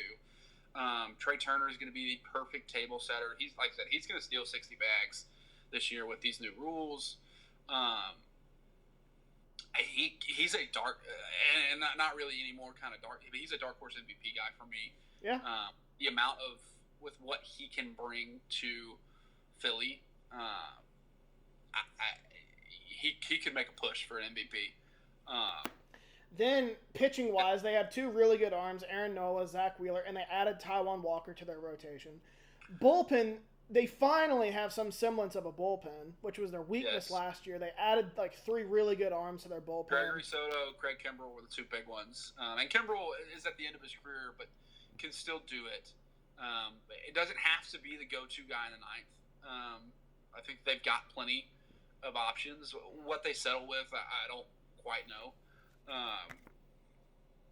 But they're just they have this win. Their window is right now. Their window is right now, and they have to stay healthy. Obviously, like I said, losing Rhys Hoskins for this year is a big blow. Not having Bryce Harper for the first little bit is going to be tough to battle through. But once they get him back, get everybody else healthy, make that run, the Phillies are going to be right there. So then we get, I would imagine, to my New York Mets. I probably a couple of weeks ago would have had this team finishing second. But I'm going to expect regression from them. I'm not 100% sure they're going to be a playoff team this year. That might be a bit of a stretch. But they lose Jacob deGrom. That's obviously a big loss. They lose Edwin Diaz during the World Baseball Classic. That might be for the whole year. This just feels like a prime regression team. I don't know about you if you think that. But I don't see this team winning 100 games again. They're not going to win 100 games, but I don't know that they're not going to be... Yeah, I don't think they're going to fall off a cliff. I have them in the playoffs. Okay. I have them in that third wild card spot. So I have them like in a dogfight for that third wild card spot. But I do have them there. I think they still have enough top end pitching. They do with Verlander and Scherzer. Yeah. Obviously, they're getting old. I think the lineup's still there. Pete Alonso, Lindor, McNeil, Neil. They've got enough. And that catcher they have coming up, I can't think of his name. It's supposed to be one of the top prospects. Yeah. So regression, technically, yes. I mean, they're not going to win 100 games this year, but regressing to 90 from 100 is not. Yeah, I can see that. Is not a big deal. That puts them squarely in the playoff hunt. So, in a much more competitive league than the AL, I believe the NL is. But I think the Mets sneak in. I've got them third in the division, but I've also got them in the playoffs. I don't know if I agree with that. I think the AL's much better. I mean, I don't know what you mean by competitive. I think there are more teams in the National League that can make the playoffs than there are in the American League. That's probably fair. Given that... I mean, there's not much separation in the NL outside of the Dodgers and the Braves. Given that Chicago, the White Sox, given that Boston has fallen off, that we don't have any trust in really the Angels, Tech Rangers, A's... That's fair. I mean, in the AL, there's like 6 teams. 1, 2, 3, 4, 5, 6. That it feels like there's a bit of a gap to the White Sox and the Rangers, and then Orioles a little bit further down. Yeah. Yeah. So I mean, I think there's more. I don't know. I think I see what you mean. Teams in the NL are more on par with each other, except for Dodgers and Braves, and probably the Padres. So the 4th team I have, probably the same team. I got Miami finishing 4th. If they finished higher than this, I wouldn't be shocked. Lineup still has problems, but they got some really good pitching. They did trade one away, which I wanted desperately in St. Louis. Pablo Lopez. He went to Minnesota, I believe. Minnesota for a rise. And what I think was a 1-for-1, if I'm not mistaken.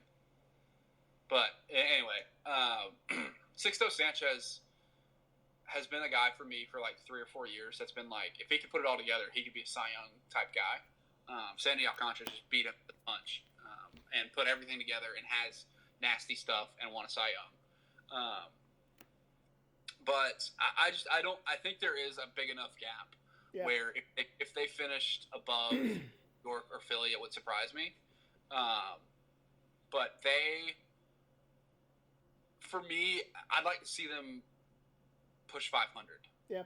I think they can push 500. Well, I think they almost did it last year. I think they won 70-some games. Pretty easily. I'd like to see them in that 80 to 85 range. Yeah. Before... you're going to like this. I also really like the manager they hired. Skip Schumacher, former St. Louis Cardinal. Yeah, Skip. And Skip has played for winning teams, coached at winning teams in San Diego and St. Louis. Felt like a very under the radar decision. Yeah, I think he's gonna be a good manager in the kind of same school of Baldelli and Craig Counsell in Milwaukee, guys that played for a long time. To the same extent, like Gabe Kapler is one of those. although he hasn't had the kind of success that that the other two have. Nope.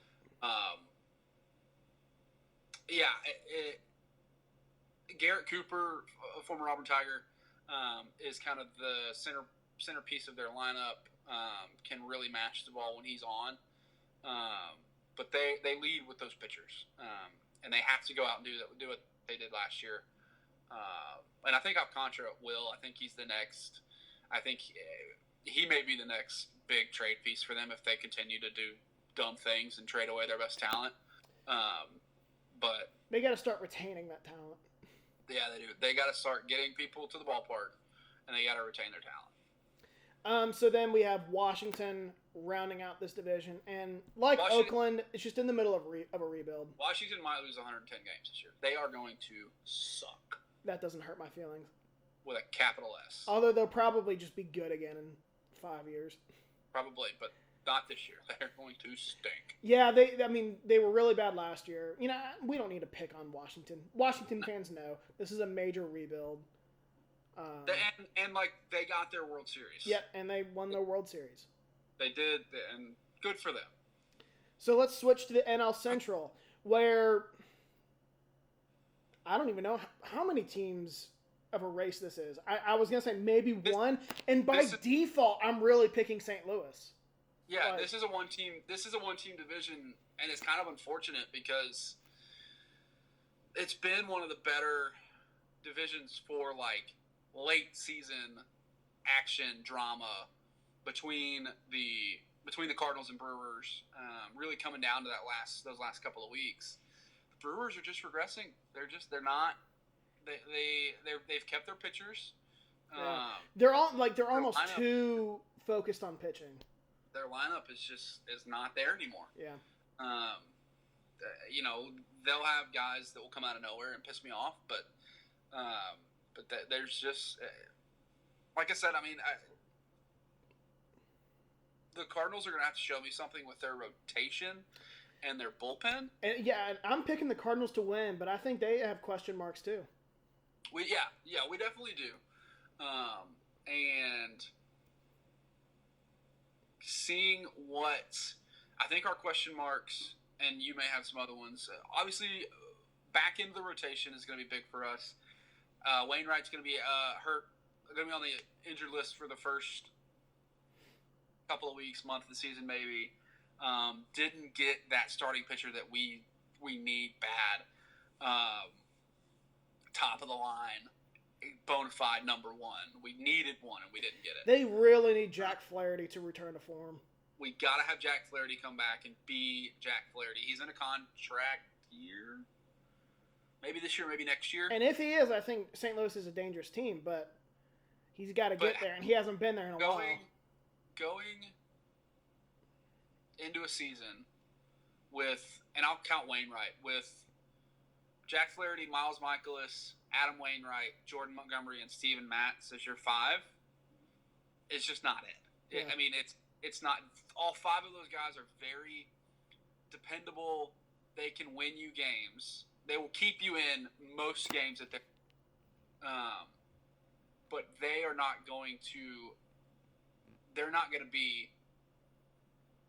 We got to have a win here. Go out and shove. Give me 8. Give me 12 punchies. Give me 1 earned on 3 hits, and that lineup that is there can go out and win us a game. Yeah. They're none of those guys are like that. So, yes, like you said, almost kind of by default, the Cardinals are. Yeah, because I don't like really any other team that much in this division. They've got the most talent. They've got the most.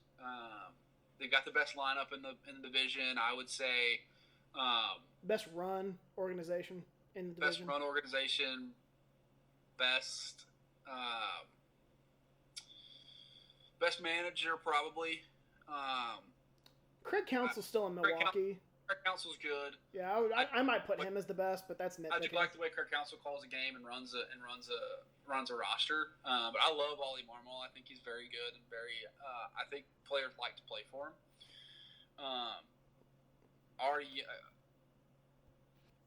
Talk to me in June. Right. Let's see how Jordan Walker starts the year.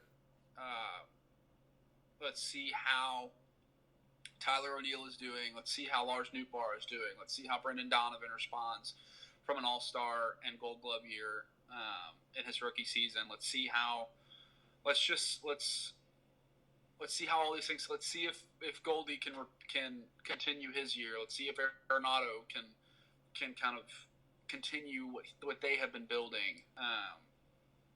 See if we get the back of the bullpen figured out with Help or Gallegos or whoever wants to close. Like,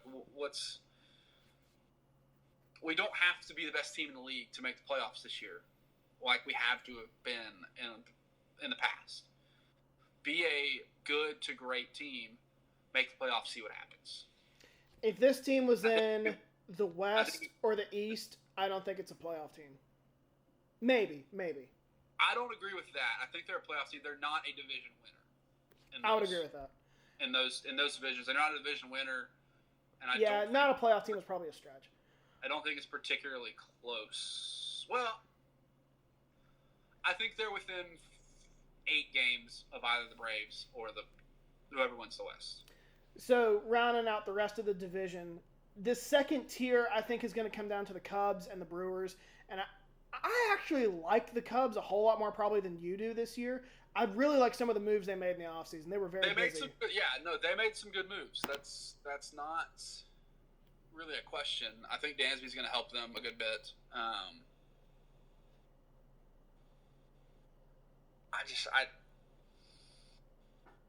got to see them pitch the ball. Right. That's my biggest concern with them.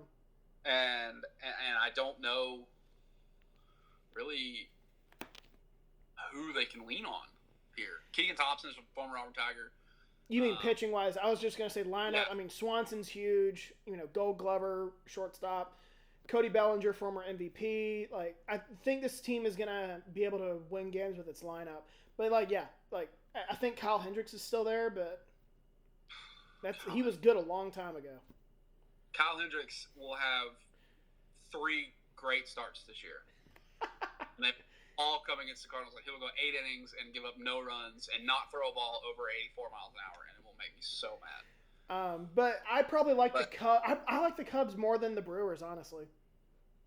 I'm not with you there. The Cubs are creeping into that gotta show me something stage, especially with these additions. Fair. I like the arms in Milwaukee better than I like the arms in Chicago, and I think the lineup can hit just enough to propel them to that second place in the Central. And second place in the Central, I mean, you're talking maybe in the wild card. In a wild card discussion. Well, one thing I was literally just thinking of while you were talking, Milwaukee was in the conversation most of last year. I think what really hurt them was trading away Josh Hader, and the team kind of fell apart after that at the deadline. They did, yeah. Still don't understand why they did it, but I ain't complaining. I mean, they got a lot of arms. I don't know, freeing up room. I don't know. Devin Williams is going to be a star in their bullpen. He's got the nastiest. We've talked about this before. He's got the nastiest changeup I've ever seen. It's like throwing a frisbee. He can throw it both ways, which is weird. You break it this way and that way. I like their arms a little bit better than I like Chicago's. But and they probably have the better manager. That's fair. Yeah. So, and is Rossi still? I'm pretty sure yes. Chicago, former Tiger. Yeah. Well, he's done better as a manager than I thought he would. Than I expected. Yeah. And then obviously rounding it out, you've got 2 teams that are in full rebuilds, and 2 teams in kind of a different positions. Yes, I was just about to say in their rebuild. So flip a coin, Reds and Pirates. I have the Pirates in 4th, Reds in 5th. Like you said, that's a great way to phrase it. The Pirates are in a much different phase of their rebuild than the Reds. The Reds are kind of just starting, maybe year 2. Of a team that really wasn't that good to begin with. and the Pirates have been the cellar dweller for a while, and they've acquired some really good talent like Brian Hayes, O'Neal Cruz. Like I heard the Barstool guys talking about how O'Neal Cruz might go down to be the best baseball player of all time by the time he's done, or has like a 1% chance of being the greatest baseball player of all time. Pittsburgh just has that star power. I don't think the Reds do.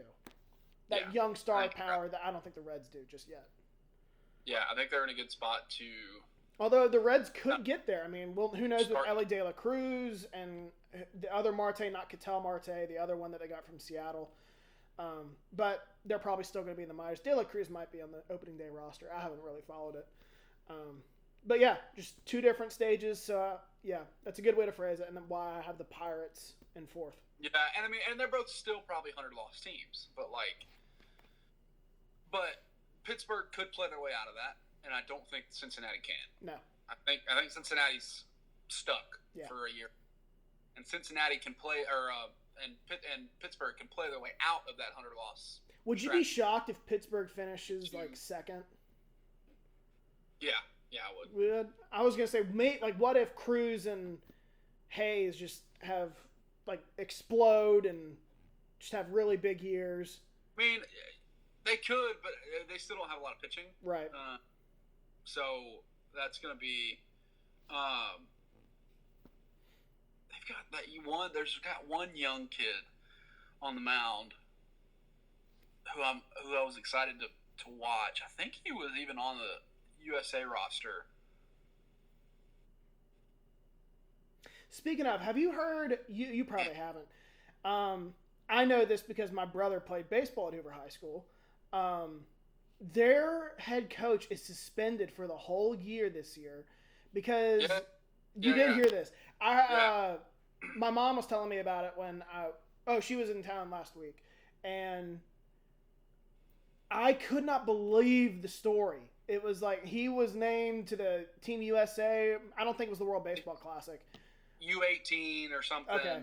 And I don't know if he picked the kid, but a kid from Hoover was on the team, and he had cleared it with the AHSAA and said, is this going to be a conflict of interest, whatever. AHSAA, which is the Alabama High School Athletic Association, said no. And then this kid from Hoover makes the team. Again, I don't know if he picked the kid or what, but AHSAA says, oh, that's a conflict of interest, and you're suspended for the whole year. I'm like, that is such horse shit. Yeah. And this guy came in 3-4 years after we graduated. His first year was my brother's senior year, so 4 years. Yeah. 4 years. Yeah, I saw it, and I think my dad or somebody, one of our buddies in Hoover sent it to me or something. And I was just, there's just no way. And it was like, even on appeal, they said, no, you're suspended. Like, you cannot bullshit. Like, oh my God. People will think we're crazy when I say this, who aren't familiar with the AHSAA and Hoover, but this is the AHSAA trying to stick it to Hoover any chance they can. That's exactly what they're doing. Yeah. So, he's going to coach football this year. I think he coaches. I don't know. Or something. I know the Rick Davis, the head baseball coach when we were there. Yeah. Was the head football coach for the freshman team, if I remember right. Yes, he was. I always argued he should have been a football coach, not a baseball coach. He was a baseball coach. He was not a good baseball coach. But, he actively tried not to send kids to Auburn. But, whatever. It's a crazy story, and it's 100% the AHSAA trying to stick it to Hoover, which is crazy because we're not Rush. It's not Rush Probst anymore. It's not even Josh. Doesn't matter. Doesn't matter. They're not winning, except for in girls basketball and boys basketball. They're not winning in boys basketball. They just won the state championship, bro. Oh, did they? I didn't see that. They just won both the state championship and boys and girls basketball. Okay, good for them. I'm happy for them. You know who's the girls basketball coach, right? I haven't known it since it was Lacey Quinn's dad. Crystal Johnson. Weren't we in the same geometry class? I don't remember her. Miss Johnson, big lady. Played at Alabama. She played at Hoover and played at Alabama, and in the WNBA for a while. and was on Coach Quinn's staff. And then I think went back to Alabama for a couple of years. That name does sound familiar now that you say it. She taught geometry when we were there. I was in her geometry class. She hated me. We did not have geometry. We had trig together. We had trig. And freshman math, too. That's right. But, yeah, she's the coach now. Cool. I just remember she hated my guts because we talked about Auburn and Alabama all the time. But yeah, it's just that's crazy to me because we're not. Go look at what Thompson's doing. Like what is happening in Alabaster? Like somebody tell me what's going on in Alabaster that they're. I remember when Thompson wasn't even the dirt that we would wipe our feet on the doormat. Yeah. Like, they were beneath that, and now all of a sudden they're dominating high school football. We would send buses to Thompson while y'all were playing, and we would outnumber Thompson fans. Right. Like it was crazy. Anyway. Yeah, so let's go to the NL West now. We got off topic. NL West, I see this as a 2-team race. I've got a 2-team race with a slight chance, if they overperform, that the Giants could make it a 3-team race. I don't think you're wrong, but I think 2021 was a flash in the pan. There's a big enough gap between 2 and the Giants. Right. That, you're probably right. So I do have the Dodgers. We're obviously a very pro-Dodgers, I guess, podcast in terms of how they're run, not necessarily the team itself. But I will say, this might be one of the weaker Dodgers teams that I've seen in recent years. Yeah, it is. And they did lose a little bit, obviously with Trey Turner. Bellinger had a pretty good replacement for Trey Turner. Then Gavin Lux goes down in spring training, so we'll see kind of how they manage that shortstop position. They lost Justin Turner, though he was aging and not really performing, that well anymore, but, he's still there. So this lineup will really depend on Will Smith, Freddie Freeman, Mookie Betts, which, I mean... They did add J.D. Martinez. So, yeah, we'll see kind of... The pitching is really going to be what makes or breaks this team. Got to stay healthy. And just about every single arm, except Julio Urias, is coming off an injury. Walker Buehler, Dustin May, Clayton Kershaw, Tony Gonsolin. Like, they were depleted last year, and I think picked the Dodgers to win the World Series, foolishly. They did add Noah Syndergaard, who has sort of found a rhythm. He was pretty good last year with the Angels and Phillies. After he was dominant with the Mets for a couple of years, he kind of had a difficult time staying healthy, and now he's kind of found a rhythm again, and I think he's a capable starter. What do you think? He'll be a guy that can give him, if he stays healthy, give him 30 starts, 180 innings, keep them in games. Yeah, like you said it perfectly. They just have to stay healthy, and especially in the rotation. Gonsolin, Buehler, Kershaw, mainly those two. They have to stay healthy, especially with losing some of the pieces they did in their lineup, and then Gavin Lux going down. Yeah. I mean, they've got all the talent in the world. They are one of the deepest and talented farm systems too to back them up. Great farm system, one of the best run organizations in baseball. So we know they're going to be there, but this is not going to be one of those seasons where they can just run away with the division and hide. Mm-hmm. They have obviously San Diego has continued to spend just I don't know where that money's coming from. Wherever it's coming from, they're spending it. So. It's not one of those seasons where LA is just going to run away and hide. They're not going to have one of those months where they can just open up a 15 or 16 game lead and just coast the rest of the year. And they won 111 games. I've picked this team to beat the single season wins record. I don't know how many times. I'm not doing it this year. I wouldn't be shocked if this team doesn't win 100 games. I think they'll be around it. Yeah, I mean, I would say 96 to 90, maybe 103. 97 to 102. Yeah. I think there's just too much talent there. Right. And it's too well-run an organization that if somebody goes down, they've got somebody there to plug it. So, So yeah, I've got the Dodgers winning the division, but it's a lot closer than it has been recently with the Padres. I agree. So then that brings us to our second team, San Diego, which, as we just said, spending all kinds of money. I remember last year when I forget who they traded for last year.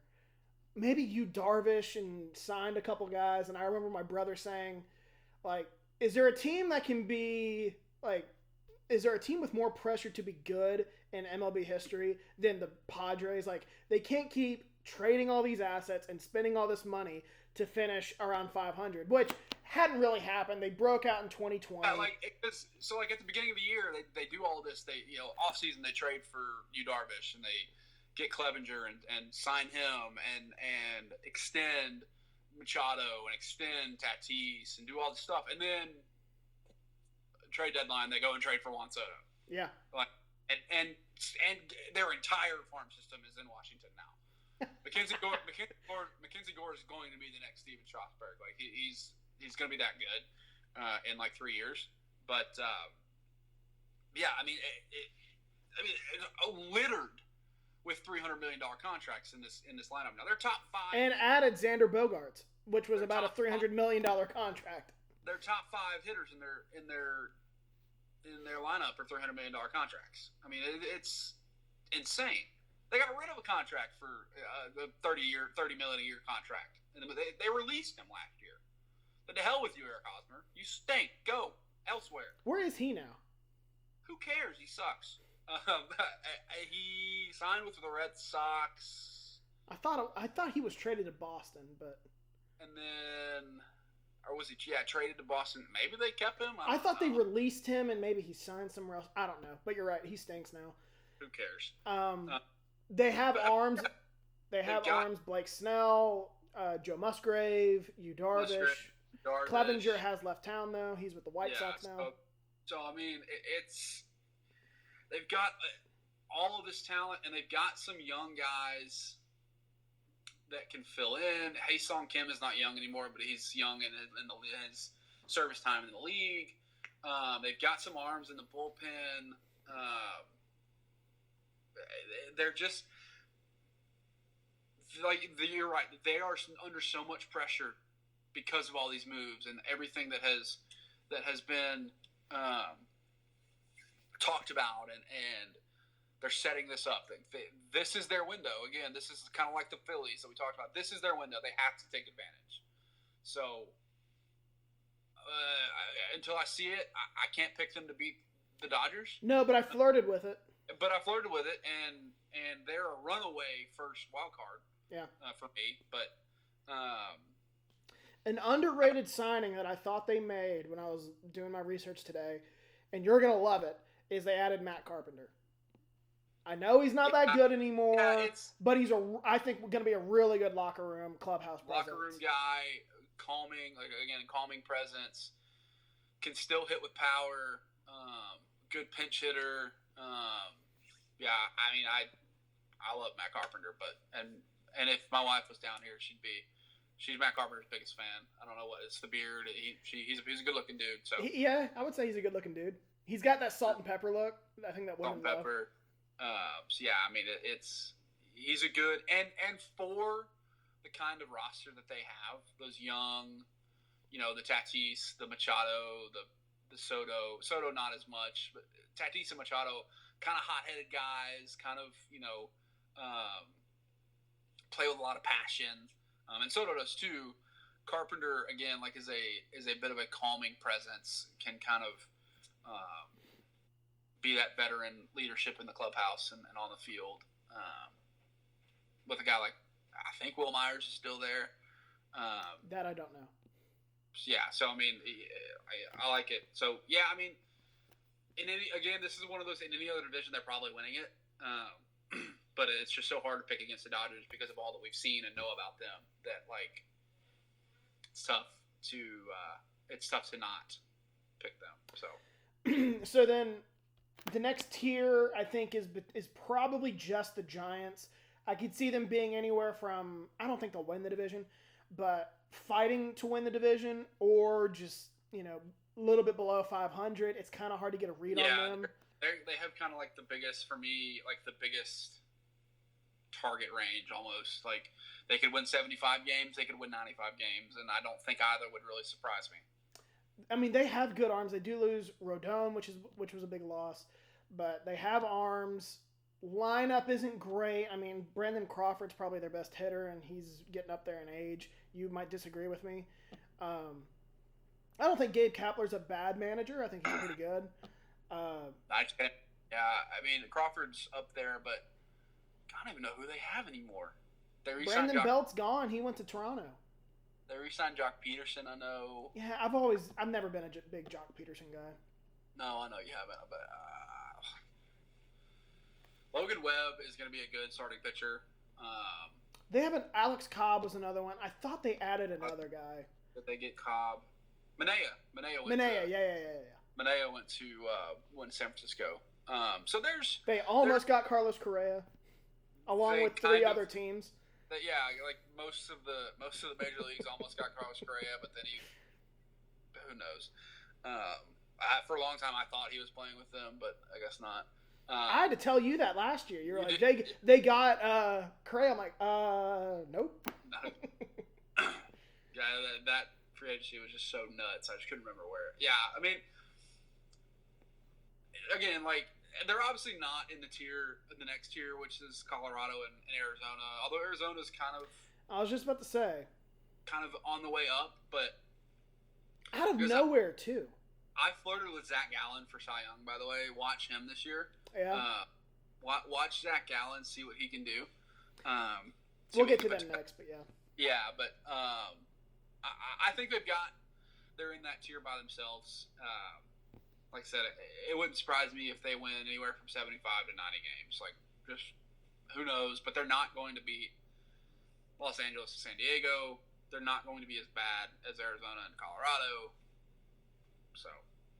So to round out this division, I have Arizona. Last year it was Colorado finishing fourth, Arizona finishing last, and Arizona, I don't want to say came out of nowhere. They kind of did, but I remember like their win total to start the year was 60 something.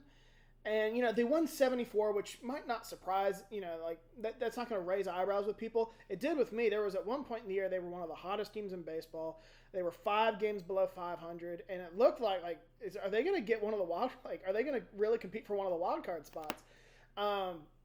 So kind of came out of nowhere, like Baltimore. I think they're ascending, and I really didn't expect them to be this early in their rebuild. Yeah, they've done it the right way. They've made some trades.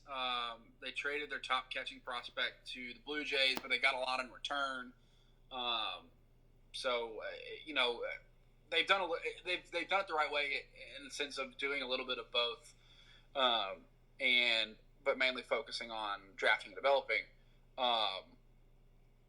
So yeah, I mean, Zach Gallen, Corbin Carroll, focusing around those two, they've got something going there. We'll just kind of see if they can eclipse, maybe start competing with the Dodgers or the Giants for that next tier up. We'll kind of see as they progress, maybe start spending a little bit more money in the future. If Madison Bumgarner, which I don't think he will, returns to his 2013 to 2016 form, I think this could be a dangerous quote-unquote team. Probably not a playoff team, but just kind of a sneaky good team. You just want to see continued progression. Yeah. From Arizona. I like Arizona mostly because they've got just maybe the best uniforms in baseball. See, I wish they'd go back to the look in the 90s. I like I know you love the purple and teal, and I do too. But their ones now I think are just as good. There's something about that crimson and that sand color. Just looks good. The Coyotes have that too, and I think it looks good. Yeah. But and their manager's name is slipping my mind, but I think he's very good. They're well run. I mean, they've been well run really for the last decade. Yeah. So, um, Zach Gallen is they got him in the Goldschmidt deal. So we'll see with them. Like I said, what you want to see from them is continued progression, and then Colorado could be Colorado and have some fun on offense and can't pitch. But I was looking at their ERAs from last year. Like the combined ERA of the team was over 5, and then the starting rotation was worse. It was like 5.2, and I was like, golly, this team cannot pitch, which is a shame. I think their lineup can hit the ball, like always. Yeah, they always can, but they're always. I mean, you got to play defense in that park too. So that's tough. What you get for having a team in Denver. I mean, like, right, and I've always liked both of these teams, the Diamondbacks and the Rockies. Yeah, and they're not going to have Arenado, Tulowitzki, Morneau. Like they've got to have stars on offense. And Chris Bryant. And I'm not sure that they have that, honestly. Chris Bryant's coming back from injury, but Chris Bryant's kind of a star. He's got to show me something. Hasn't done anything since he left Chicago, so they've got to have that to be competitive, and they just don't have it right now until Bryant comes back. And I think he brought him up. Bud Black, I think, is a pretty good manager. Yes. They I think were going to be better than what they were last year, which was around 68 wins or something. I wouldn't be shocked if they got up to 75, maybe. But that's asking a lot for a team that can't pitch. You've got to have a cellar dweller, and they're pretty obvious choice here. So that rounds out our divisions. Do you want to do playoff? I guess we got to pick and choose our playoff teams now. Sure. We know divisions, but I think we talked about this. Wild cards are, I think, pretty clear in both leagues. Do you have? Because I texted you this earlier. I realized it way too late. I had every single team that made the playoffs last year making the playoffs this year. And I know that's not going to happen. Like, there's always 2 to 4 teams in every sport that kind of come out of nowhere and make the playoffs. The teams that made the playoffs the previous year regress. It happens in every sport. I cannot find it in baseball this year. I think I did too. I cannot find the teams this year. Yankees, Guardians, Astros. Yeah. Rays, Mariners, Jays. Yep. In the American League. Atlanta, St. Louis, Los Angeles, San Diego, Philly, Mets. Yeah. Yeah. All 12. Yeah. And I hate doing that because you're not going to be right. Because you're right. I don't know that there is another team. I mean, maybe Milwaukee. But honestly, I was talking about this with my dad. In the AL, like, I like the White Sox. I like the Rangers. I like the Orioles, the Twins, and I guess the Angels even. I just But don't. Are any of those teams better than the 6 teams? The 6 teams we have in the playoffs?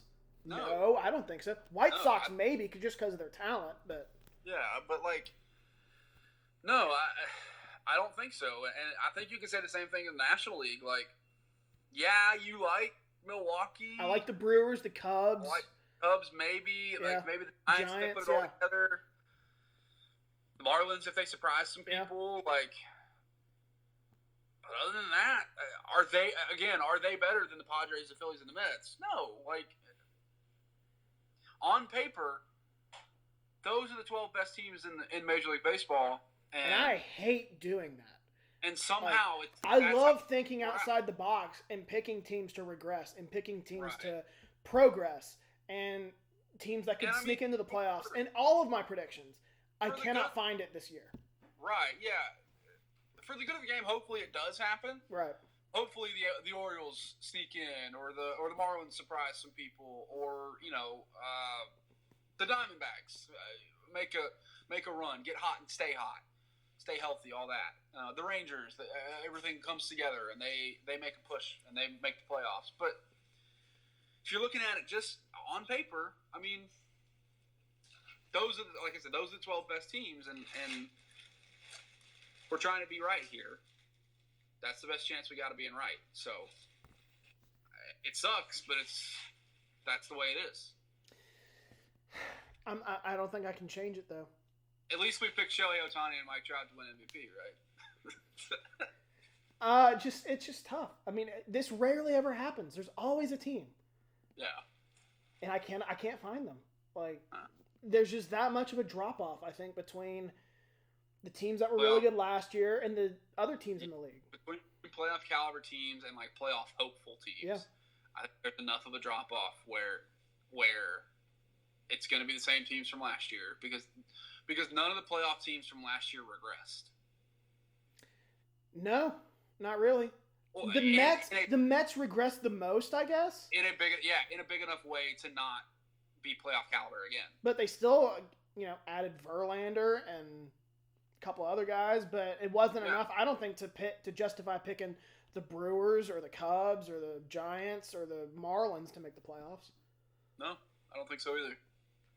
So World Series pick.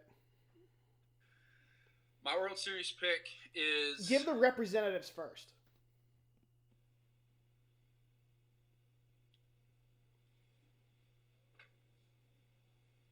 I'm going to do it. You're going to pick the Cardinals to win it all. No. My representatives are the Padres and the Mariners. Man, I like that. I like the balls. I really do like the Mariners. If they were in... Other than the NL West, any other division, I think they would run away with the division. They're going to flirt with 100 wins. And I like wild cards. We just had both teams in the World Series weren't wild cards, but the Phillies were. The two teams in the NLCS were wild card teams. I'm going a little bit more chalk. In the AL, I got to see another team other than Houston win the AL. I think the Blue Jays have question marks. The Yankees have question marks. The Rays have question marks. I don't think the Guardians are good enough. Put the Guardians in another division. I'm not sure they're a playoff team. And I like the Guardians. I got to go with Houston. They're still, even without Verlander, they're still loaded with talent. They're going to be able to hit the ball. They have 4 solid arms in their rotation, even without Verlander. So give me the Astros. Good in the back end, too, yeah. Very good in the back end. And then in the NL, I'll tell you one thing. I'm not picking the Dodgers. I'm glad neither of us are picking the Dodgers. And it's not to be hard on the Dodgers. But I'm to the point, like, I got to see you win this sucker again.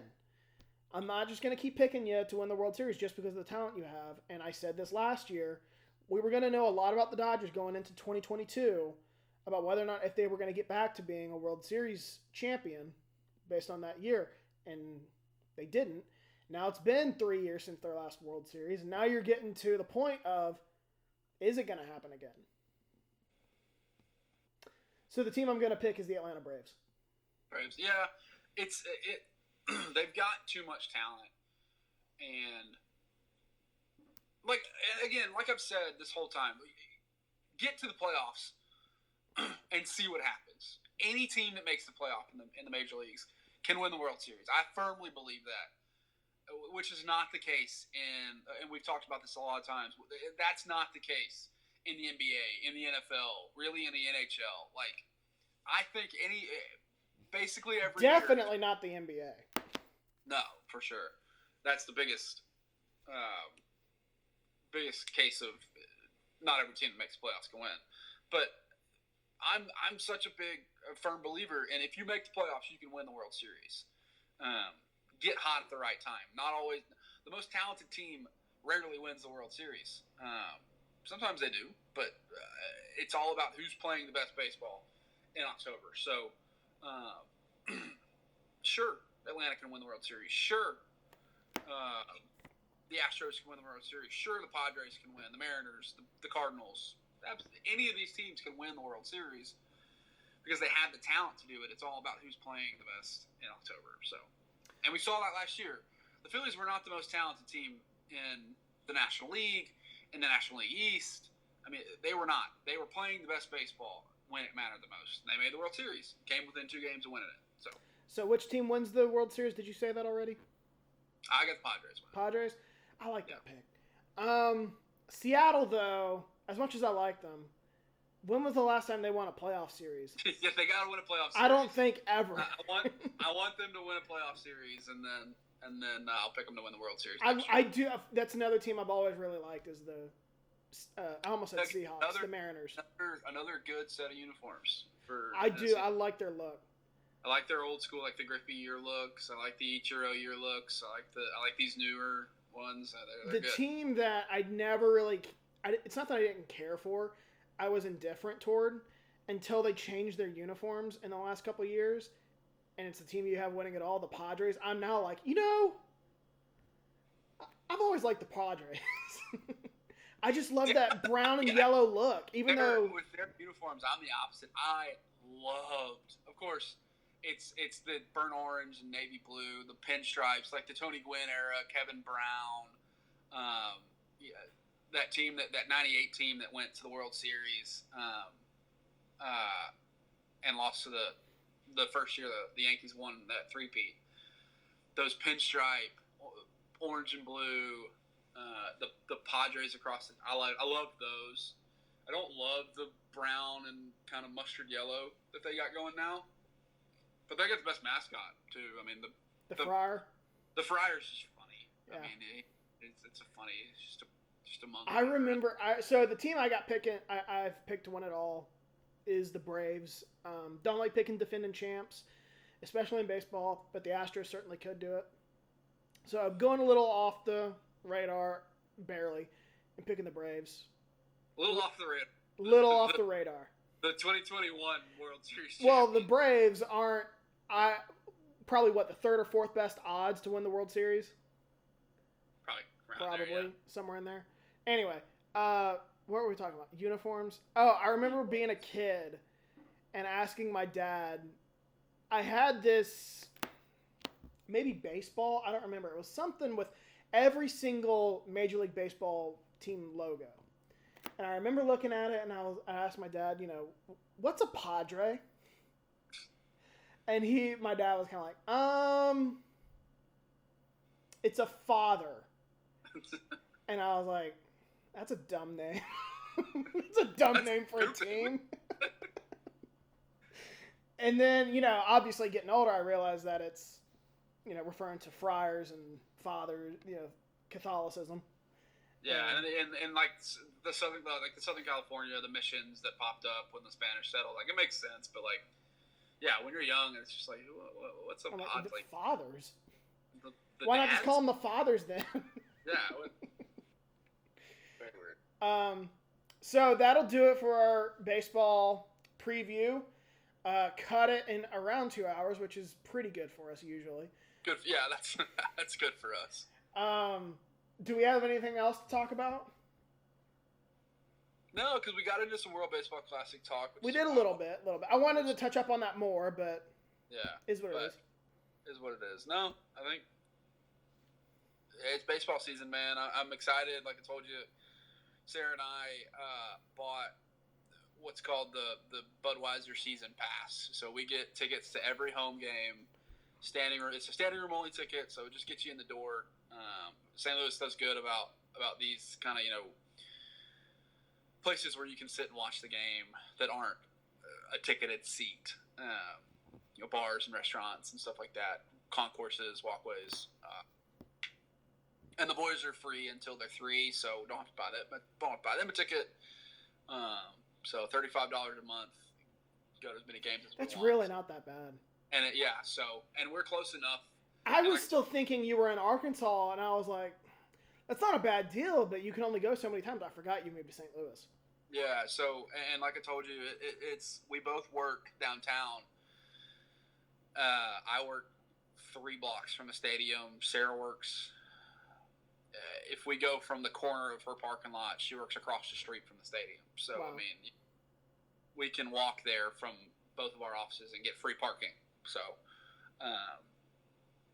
I'm going to go to a lot of games. I'm going to take lunch breaks and go over to the game. Like, it's going to be, I think this is going to be well worth $35 a month. And it's only for 6 months, roughly. Yeah. So, does it factor into the postseason? I would imagine not. No, but you get access to post. It's like So they give postseason tickets. They give access to like season ticket holders first, and then people with this get the next crack at it to buy tickets, and then they release it to the general public. So,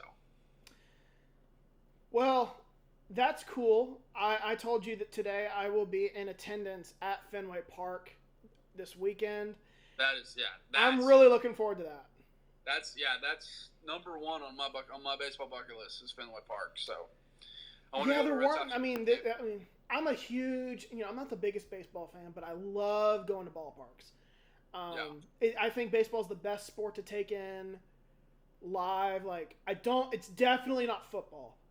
And I love football, but there's too many drunk fans. You don't get that typically at a baseball game. It's much more family friendly, much more relaxed. You can talk to people in between, pitches or whatever.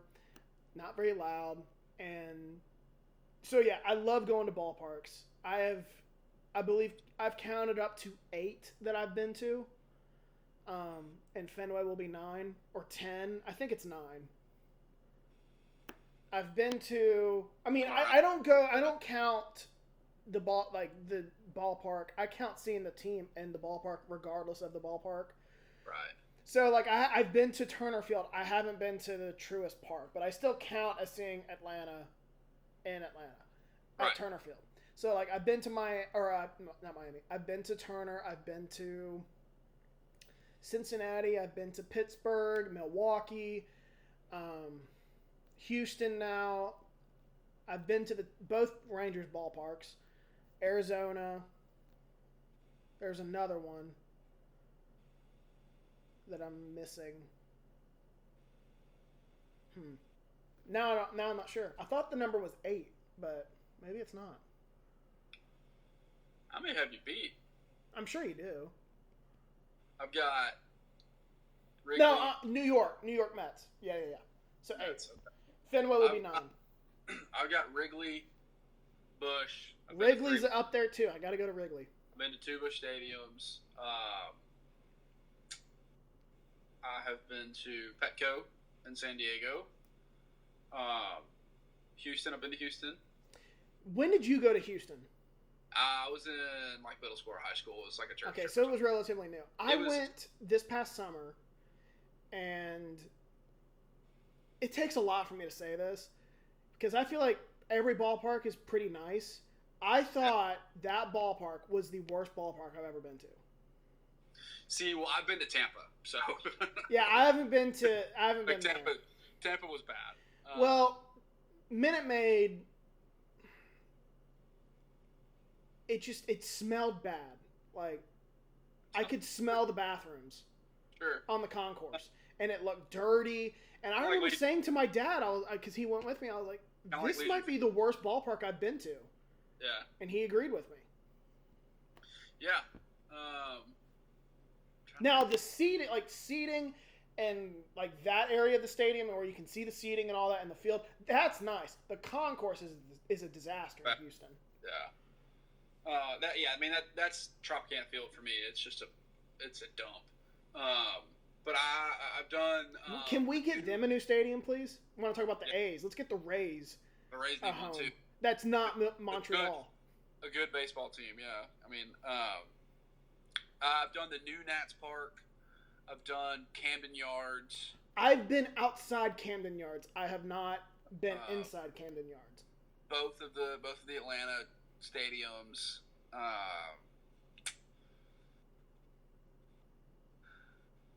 And old Yankee Stadium.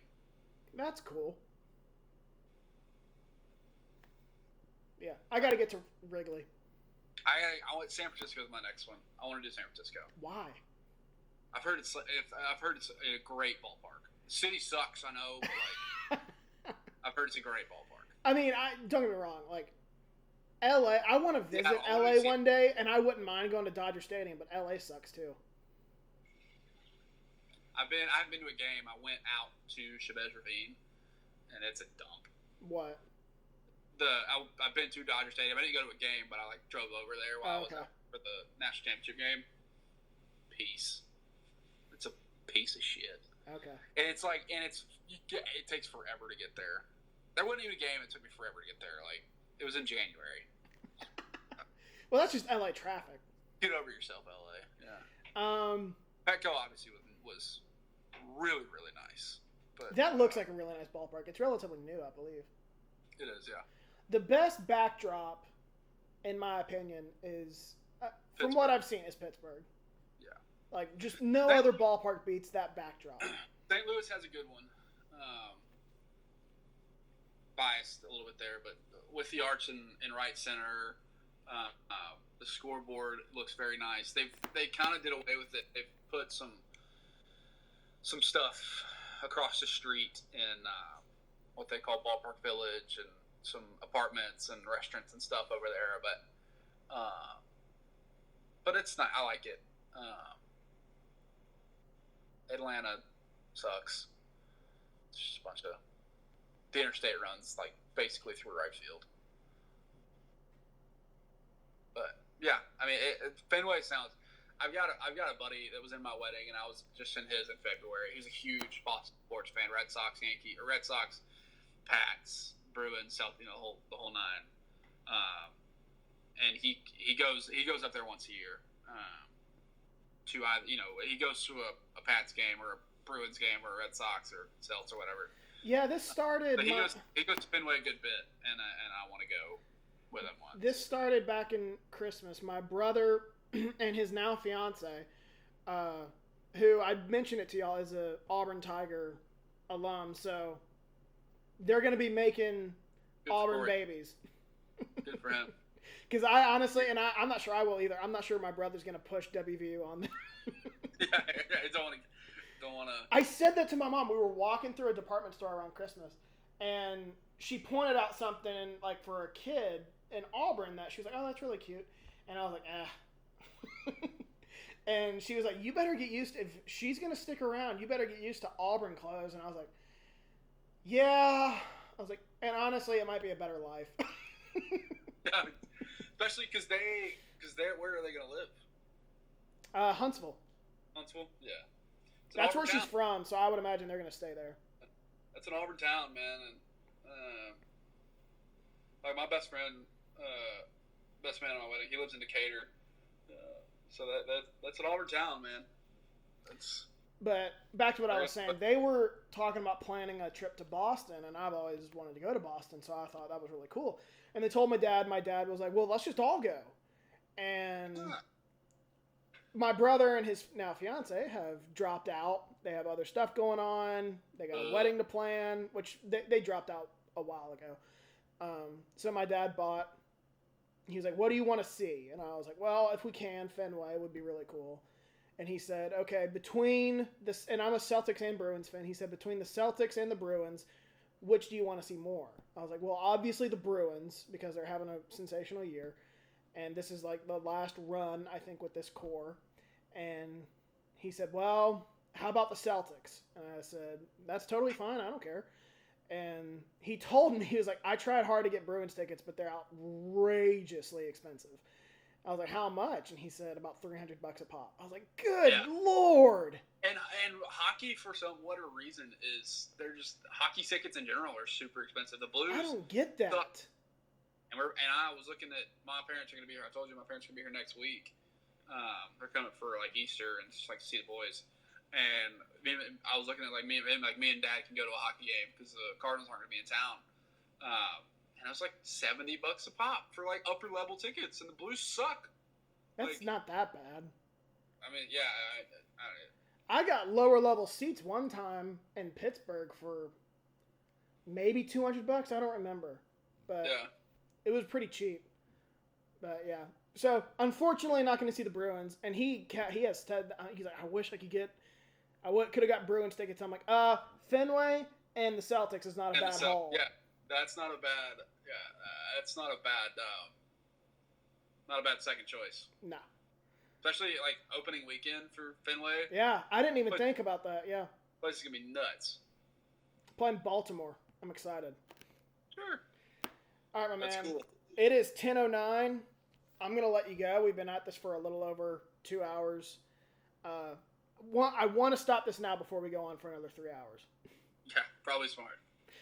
All right, man. I appreciate you coming on. Of course. Anytime. Baseball is fun to talk about with you. Should be a fun season. I got to get my picks official and typed up and everything else. Yeah, subject to change for Chase. It's not going to change a whole lot, I don't think. I think you swayed me a little bit on the White Sox and Twins. That might be the only change. Yeah. Okay. All right. Later. A pleasure. Take it easy. You too.